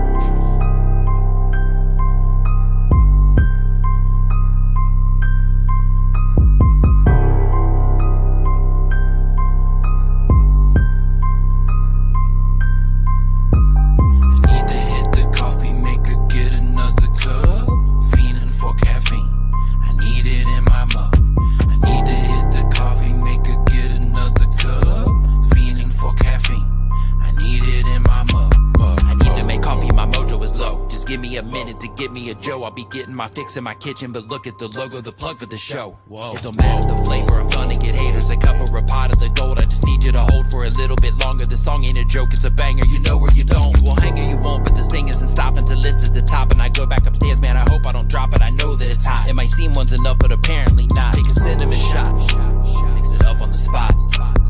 Give it a try, you might like it a lot. Need to hit the coffee maker, get another cup. Fiending for caffeine, I need it in my mug. I need to hit the coffee maker, get another cup. Fiending for caffeine, I need it in my mug. I need to hit the coffee maker, get another cup. Fiending for caffeine, I need it in my mug. I need to hit the coffee maker, get another cup. Fiending for caffeine, I need it in my mug. Cheers, put your mugs up here, put your cups up here, put your tumblers up here. Now drink it, cheers. Put your cups up here, put your mugs up here, put your tumblers up here. Now drink it, drink it.